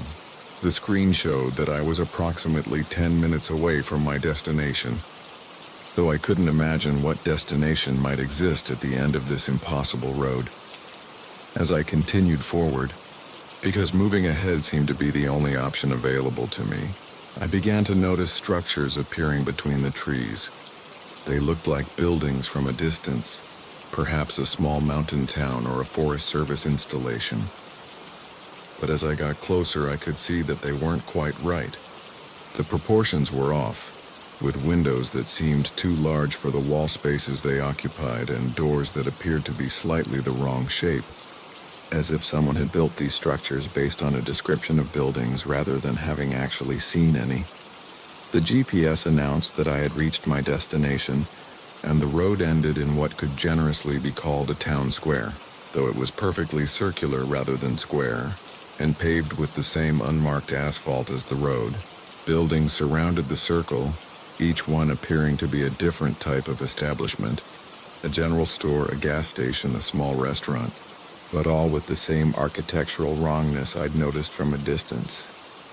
Warm light spilled from their windows, and I could see people moving around inside. But something about their movements seemed too fluid, too coordinated, like dancers performing a choreographed routine rather than individuals going about their daily business.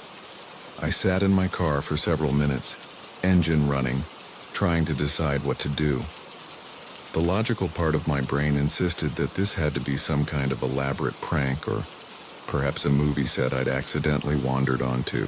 But the growing dread in my stomach suggested that something much stranger was happening, something that couldn't be explained by conventional logic or rational thinking.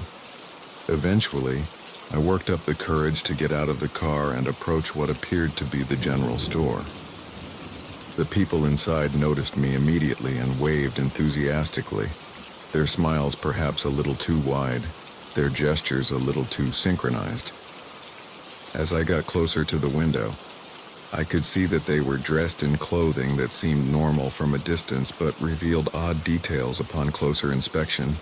Shirts with too many buttons, pants with seams in unusual places, shoes that appeared to be made from materials I couldn't identify.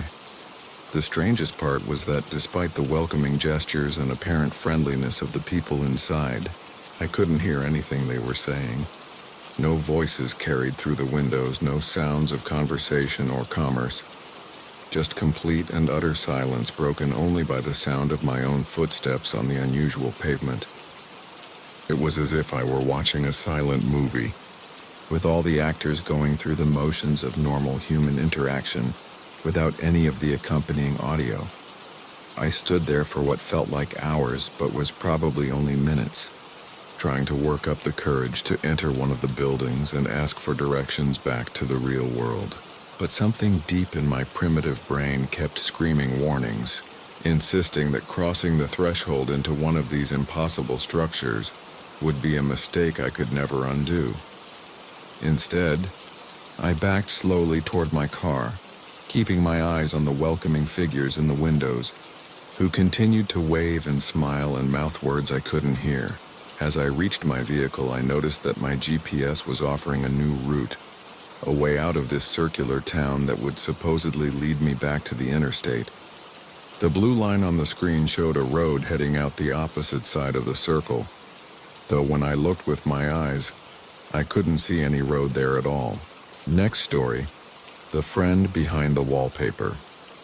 When we moved into the Victorian house on Elm Street, I thought the hardest part would be convincing my 7-year-old son Marcus that leaving his friends behind wasn't the end of the world.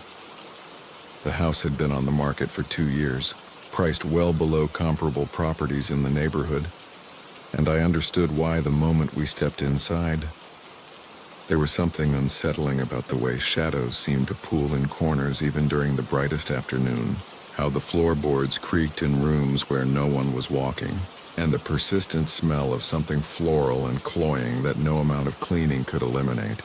But the mortgage payment was manageable, the school district was excellent, and after the divorce I needed a fresh start for both of us. Marcus adapted to the house better than I expected. Within a week of unpacking, he had claimed the large bedroom on the second floor as his own, the one with the faded blue wallpaper decorated with toy soldiers and rocking horses that the previous owners had left behind. I offered to repaper it, but he insisted he liked it just the way it was. More surprisingly, his initial sadness about the move seemed to evaporate entirely. He spent hours in his room, and I could hear him chatting animatedly with what I assumed were his action figures or perhaps video calls with his old friends. When I asked about it, he would just smile and say he was playing with Charlie. I was delighted that Marcus had made such a quick adjustment, and I didn't think much about his new imaginary friend until the evening he came downstairs while I was preparing dinner and asked me why someone would want to hurt a lady with a flower dress. The question struck me as oddly specific, and when I pressed him about where he had heard such a thing, he said Charlie had told him. Charlie, according to Marcus, was a boy about his age who lived in the walls of his bedroom and knew all sorts of interesting stories about the house. I explained gently that imaginary friends sometimes say unusual things, and that he shouldn't worry about scary stories. But Marcus shook his head with the matter-of-fact certainty that children sometimes possess. The conversations with Charlie apparently continued, because over the following weeks, Marcus began sharing increasingly detailed stories about the house's history. He told me about the family who had lived there before us, describing a woman who loved to garden and always wore dresses covered in tiny printed flowers. According to Marcus, Charlie had watched this woman tend to roses in the backyard and bake cookies in the kitchen, always humming the same song under her breath. The specificity of these details began to unnerve me, particularly since Marcus described rooms and features of the house that matched old photographs I had found tucked behind a loose baseboard. While cleaning, my unease deepened when Marcus mentioned that Charlie had told him about the night the flower dress lady got hurt. He recounted this story with the same casual tone he might use to discuss a cartoon he had watched, explaining that a man had come to visit the lady very late at night, and there had been a lot of shouting coming from the kitchen. Charlie, hiding in his wall, had been frightened by the angry voices and the sound of something breaking. Marcus paused in his retelling to ask me why adults sometimes got so mad that they pushed each other, and I felt a chill run down my spine that had nothing to do with the house's persistent drafts. I tried to dismiss these stories as the product of an active imagination, perhaps influenced by crime shows he might have glimpsed while channel surfing, but Marcus continued to add details that seemed too sophisticated and consistent for a child to invent. He described how the flower dress lady had been found at the bottom of the basement stairs, and how the man who had visited her had told everyone it was an accident. Charlie, according to Marcus, had seen the man standing at the top of the stairs afterward, looking down at what had happened, and the man's face had been very sad, but also very scared. The way Marcus delivered these details, with the innocent directness of childhood, made them all the more chilling. Curiosity finally overcame my skepticism, and I decided to research the house's history. The county records office yielded more information than I had expected to find. The previous owner had indeed been a woman named Helen Vasquez, age 43, who had died 18 months ago from injuries sustained in what was classified as an accidental fall down the basement stairs. The newspaper obituary mentioned that she was survived by her estranged husband, Robert Vasquez, and that she was known in the neighborhood for her beautiful garden and her volunteer work at the local elementary school. The accompanying photograph showed a smiling woman wearing a dress decorated with small printed flowers. Armed with this information, I felt a mixture of validation and growing concern. Marcus's description had been remarkably accurate, but I told myself that children often picked up more information from adult conversations than we realized, and perhaps neighbors had discussed the previous owner's tragic accident within his earshot. However, when I casually asked our next-door neighbor about Helen Vasquez, she seemed surprised that I knew anything about the circumstances of her death. According to Mrs. Chen, the police investigation had been brief and quiet, and most neighbors had learned only that Helen had passed away suddenly at home.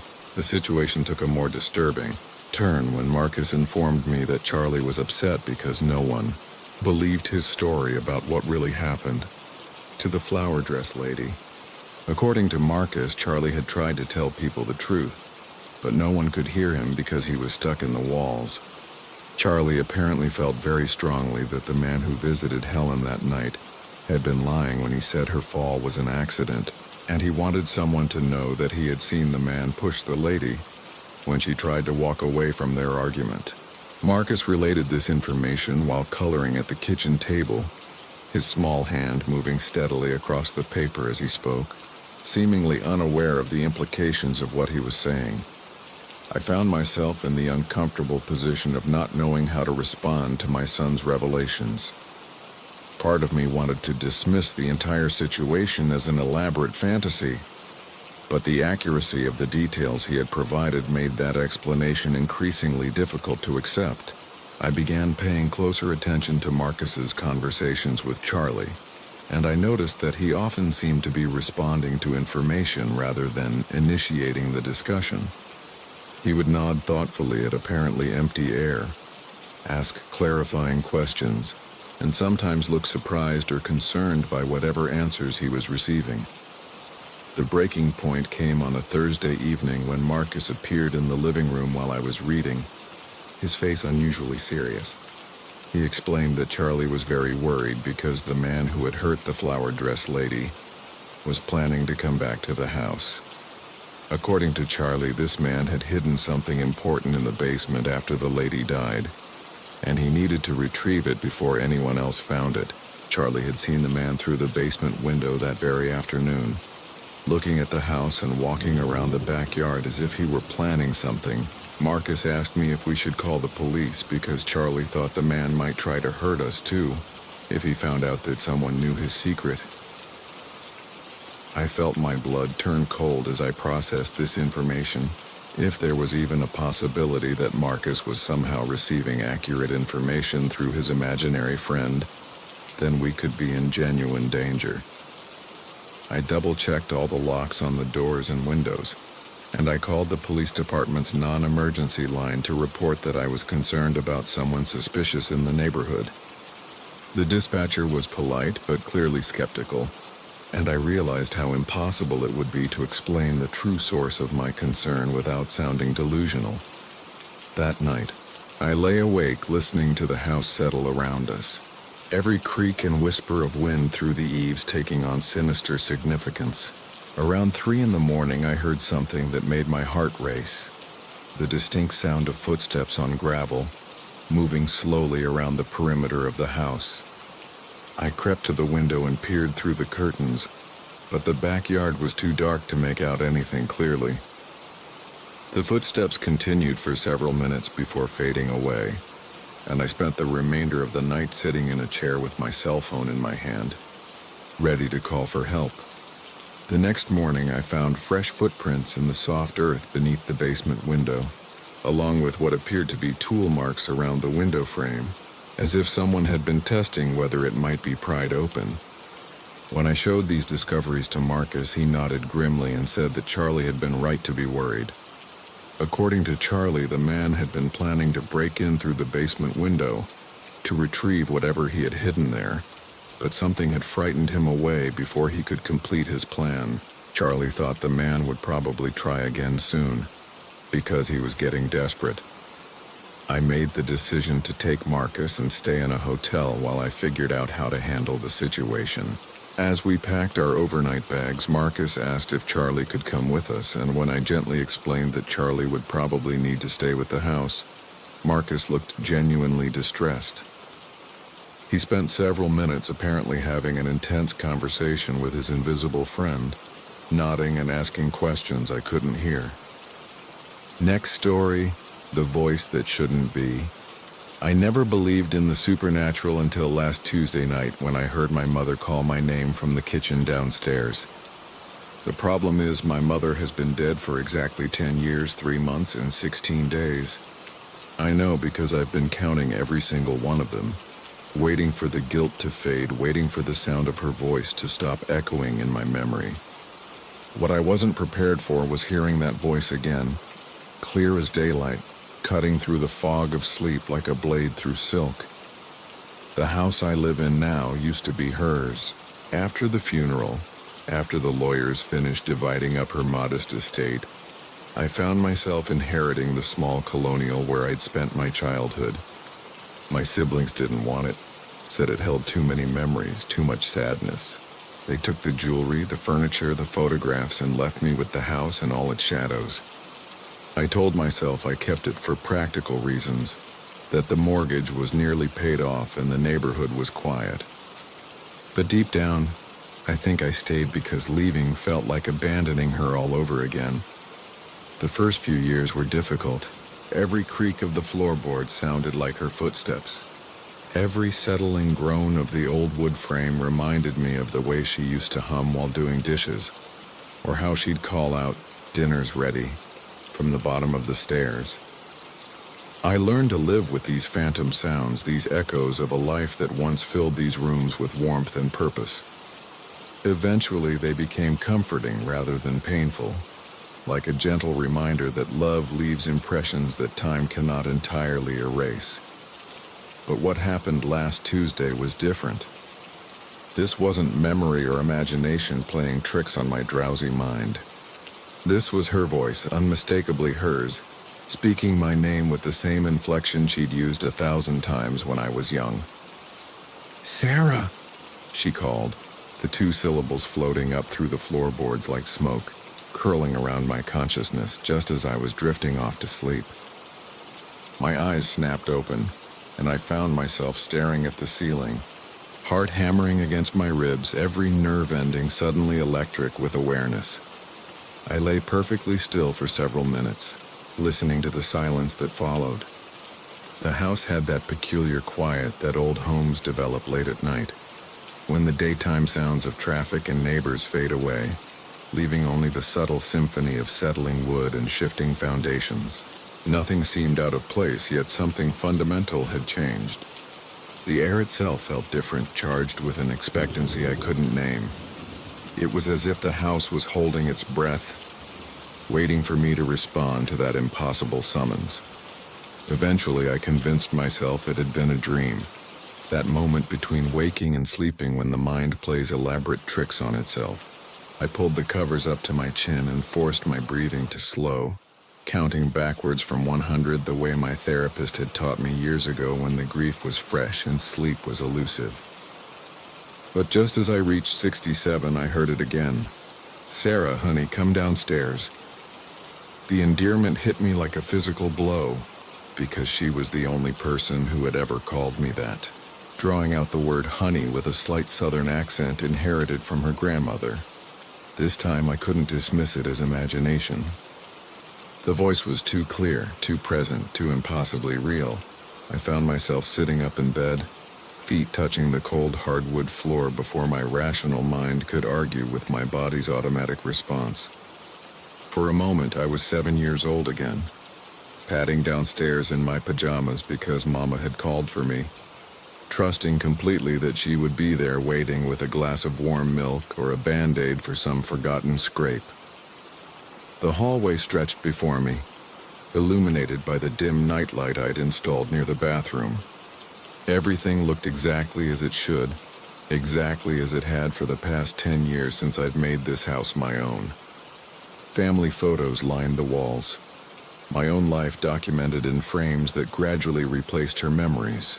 The carpet runner was the same deep burgundy she'd chosen, though more worn now, bearing the invisible tracks of my solitary existence. Nothing was out of place, yet everything felt transformed by that impossible voice still echoing in my ears. I reached the top of the stairs and paused, gripping the wooden banister with both hands. The staircase descended into darkness, the first floor lost in shadows that suddenly seemed deeper and more alive than they had any right to be. I realized I was trembling, not from cold but from something far more profound, a recognition that I was standing at the threshold between the world I knew and something else entirely. The rational part of my mind screamed warnings about grief hallucinations and stress-induced episodes, but my heart was already pulling me forward, down into the darkness where my mother's voice had originated. Each step creaked under my weight, the familiar sounds now seeming unnaturally loud in the stillness. I found myself holding my breath, straining to hear any indication that someone, something was waiting for me below. The kitchen doorway appeared at the bottom of the stairs, a rectangle of deeper shadow that seemed to pulse with potential. I could almost imagine her standing there, wearing the faded blue robe she'd favored in her final years, hair still slightly mussed from sleep, offering that gentle smile that had been my anchor through childhood storms. But when I reached the bottom of the stairs and fumbled for the light switch, the kitchen was empty. The familiar room looked exactly as I'd left it hours earlier, clean dishes drying in the rack beside the sink, my coffee mug still sitting on the counter where I'd abandoned it after dinner. The digital clock on the microwave glowed green in the darkness, reading 2:47 a.m. in stark, modern numbers that seemed to mock the timeless quality of what I'd just experienced. I stood there for a long time, scanning every corner of the room as if my mother might materialize from the shadows between the refrigerator and the pantry door. The silence was complete now. No hint of the voice that had drawn me from my bed with such irresistible certainty. I began to wonder if stress had finally caught up with me. If the anniversary that was approaching next month had triggered some kind of psychological break. After all, 10 years was a significant milestone, the kind of number that gives weight to grief and makes the absent feel more present. But as I turned to head back upstairs, something made me pause. The air near the kitchen table felt different, warmer somehow, carrying the faintest trace of the lavender perfume she'd worn for as long as I could remember. It wasn't my imagination this time. I was certain of it. The scent was subtle but unmistakable, hovering in the space where she used to sit for her morning coffee, reading the newspaper and humming softly to herself. I approached the table slowly and the fragrance grew stronger, so vivid that for a moment I could almost see her there, looking up at me with those warm brown eyes that had always seen right through to my soul. Then, just as suddenly as it had appeared, the scent faded, leaving me alone with the ordinary smells of my ordinary kitchen. But something had been left behind. Some invisible alteration in the fabric of my carefully constructed reality. I realized that whether this had been hallucination or something more mysterious, it had changed me. The wall I'd built between the past and present had developed a crack, and through that crack, love had found a way to reach across the impossible distance between life and death. I climbed the stairs slowly, no longer afraid but filled with a strange sense of peace. Whatever had called my name tonight, whatever force had drawn me from my bed into that scented darkness, it hadn't felt threatening or wrong. It had felt like coming home, like being remembered by someone who loved me beyond the boundaries of time and mortality. As I settled back into bed, I found myself hoping that I might hear that voice again, that gentle call that reminded me some connections are too strong for even death to sever completely. Next story. The last passengers of the night bus were not human, and I was the driver. I've been driving the number 47 night route for 12 years now, threading through the empty arteries of downtown after the city's pulse has slowed to barely a whisper. Most nights, my passengers are the usual collection of third-shift workers heading home, insomniacs seeking motion to quiet their restless minds, and the occasional lost soul who missed their last connection. The route runs from Central Station to the outskirts of Millfield, winding through neighborhoods that transform completely after midnight, where familiar streets become strange and shadows seem to move with purpose rather than explanation. 3 weeks ago, everything changed on what should have been an ordinary Tuesday night in November. The fog had rolled in thick from the harbor, turning streetlights into dim halos and making the familiar route feel like I was navigating through cotton batting. I'd picked up my usual early passengers near the hospital district, mostly nurses ending their shifts and a few students who'd stayed too late at the library. By 1:30, the bus had emptied completely, and I was making my way through the final stretch of the route before turning back toward downtown. That's when I saw the first figure standing at the Maple Grove stop, a location I'd always found oddly placed since it sat at the edge of what used to be residential area, before urban renewal claimed most of the houses. The figure stood perfectly still beneath the flickering bus sign, wearing what appeared to be a dark coat that seemed to absorb rather than reflect the weak amber light from the nearby street lamp.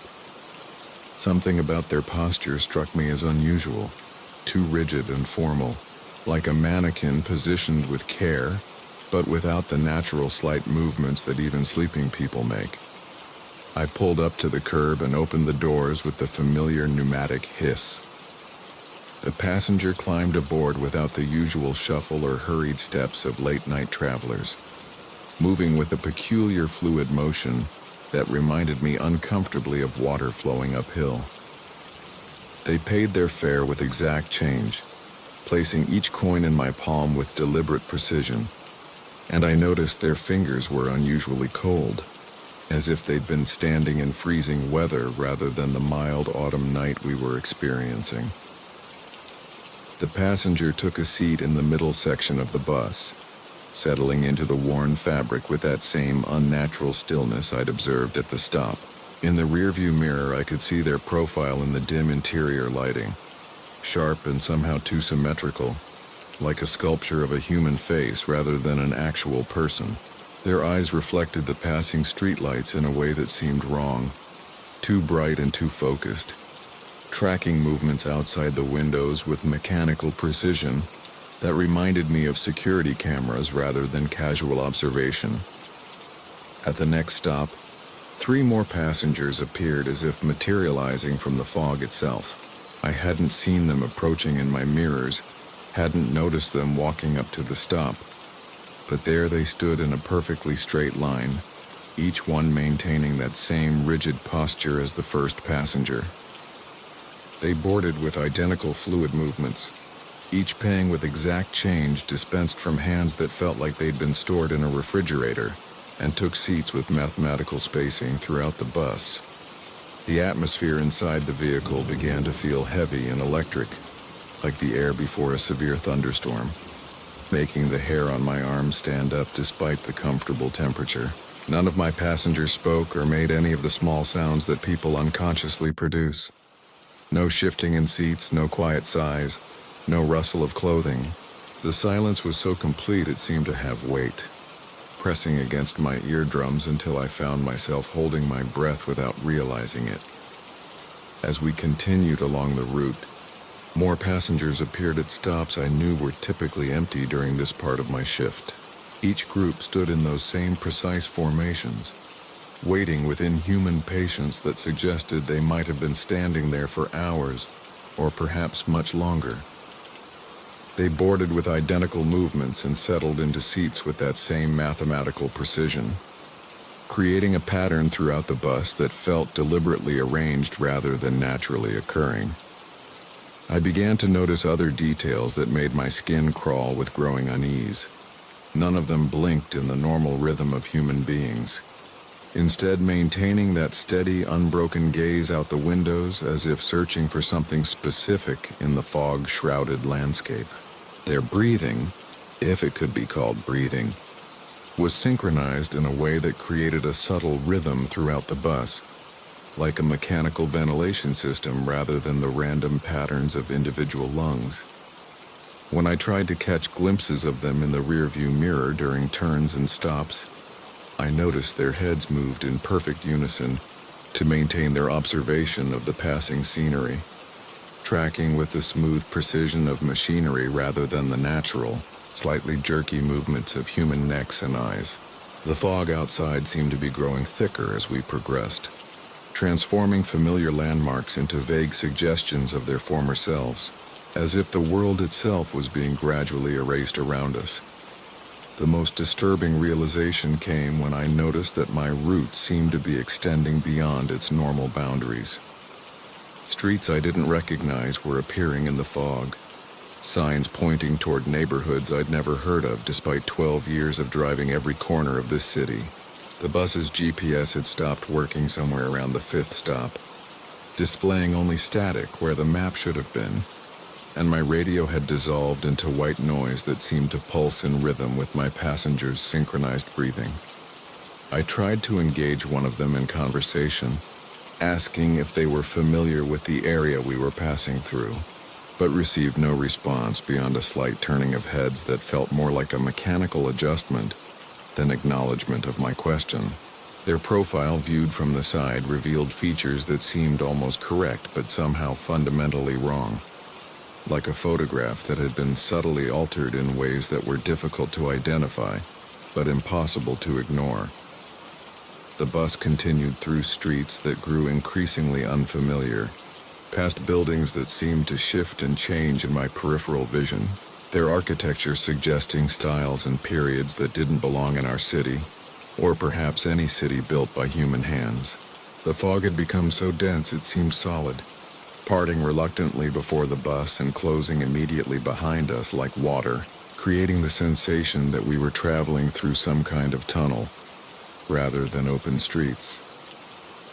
My passengers remained perfectly still throughout this impossible journey, their synchronized breathing creating a rhythm that seemed to be guiding us forward through the fog.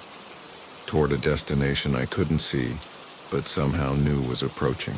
The bus's engine hummed with unusual smoothness, as if the vehicle itself had been transformed by the presence of these beings, operating beyond its normal mechanical limitations. When we finally stopped, it was at a station I'd never seen before, constructed of materials that looked like stone, but moved slightly in the fog like living tissue. My passengers rose in perfect unison and filed toward the door with their characteristic fluid movements, each one pausing to place their hand briefly on my shoulder as they passed.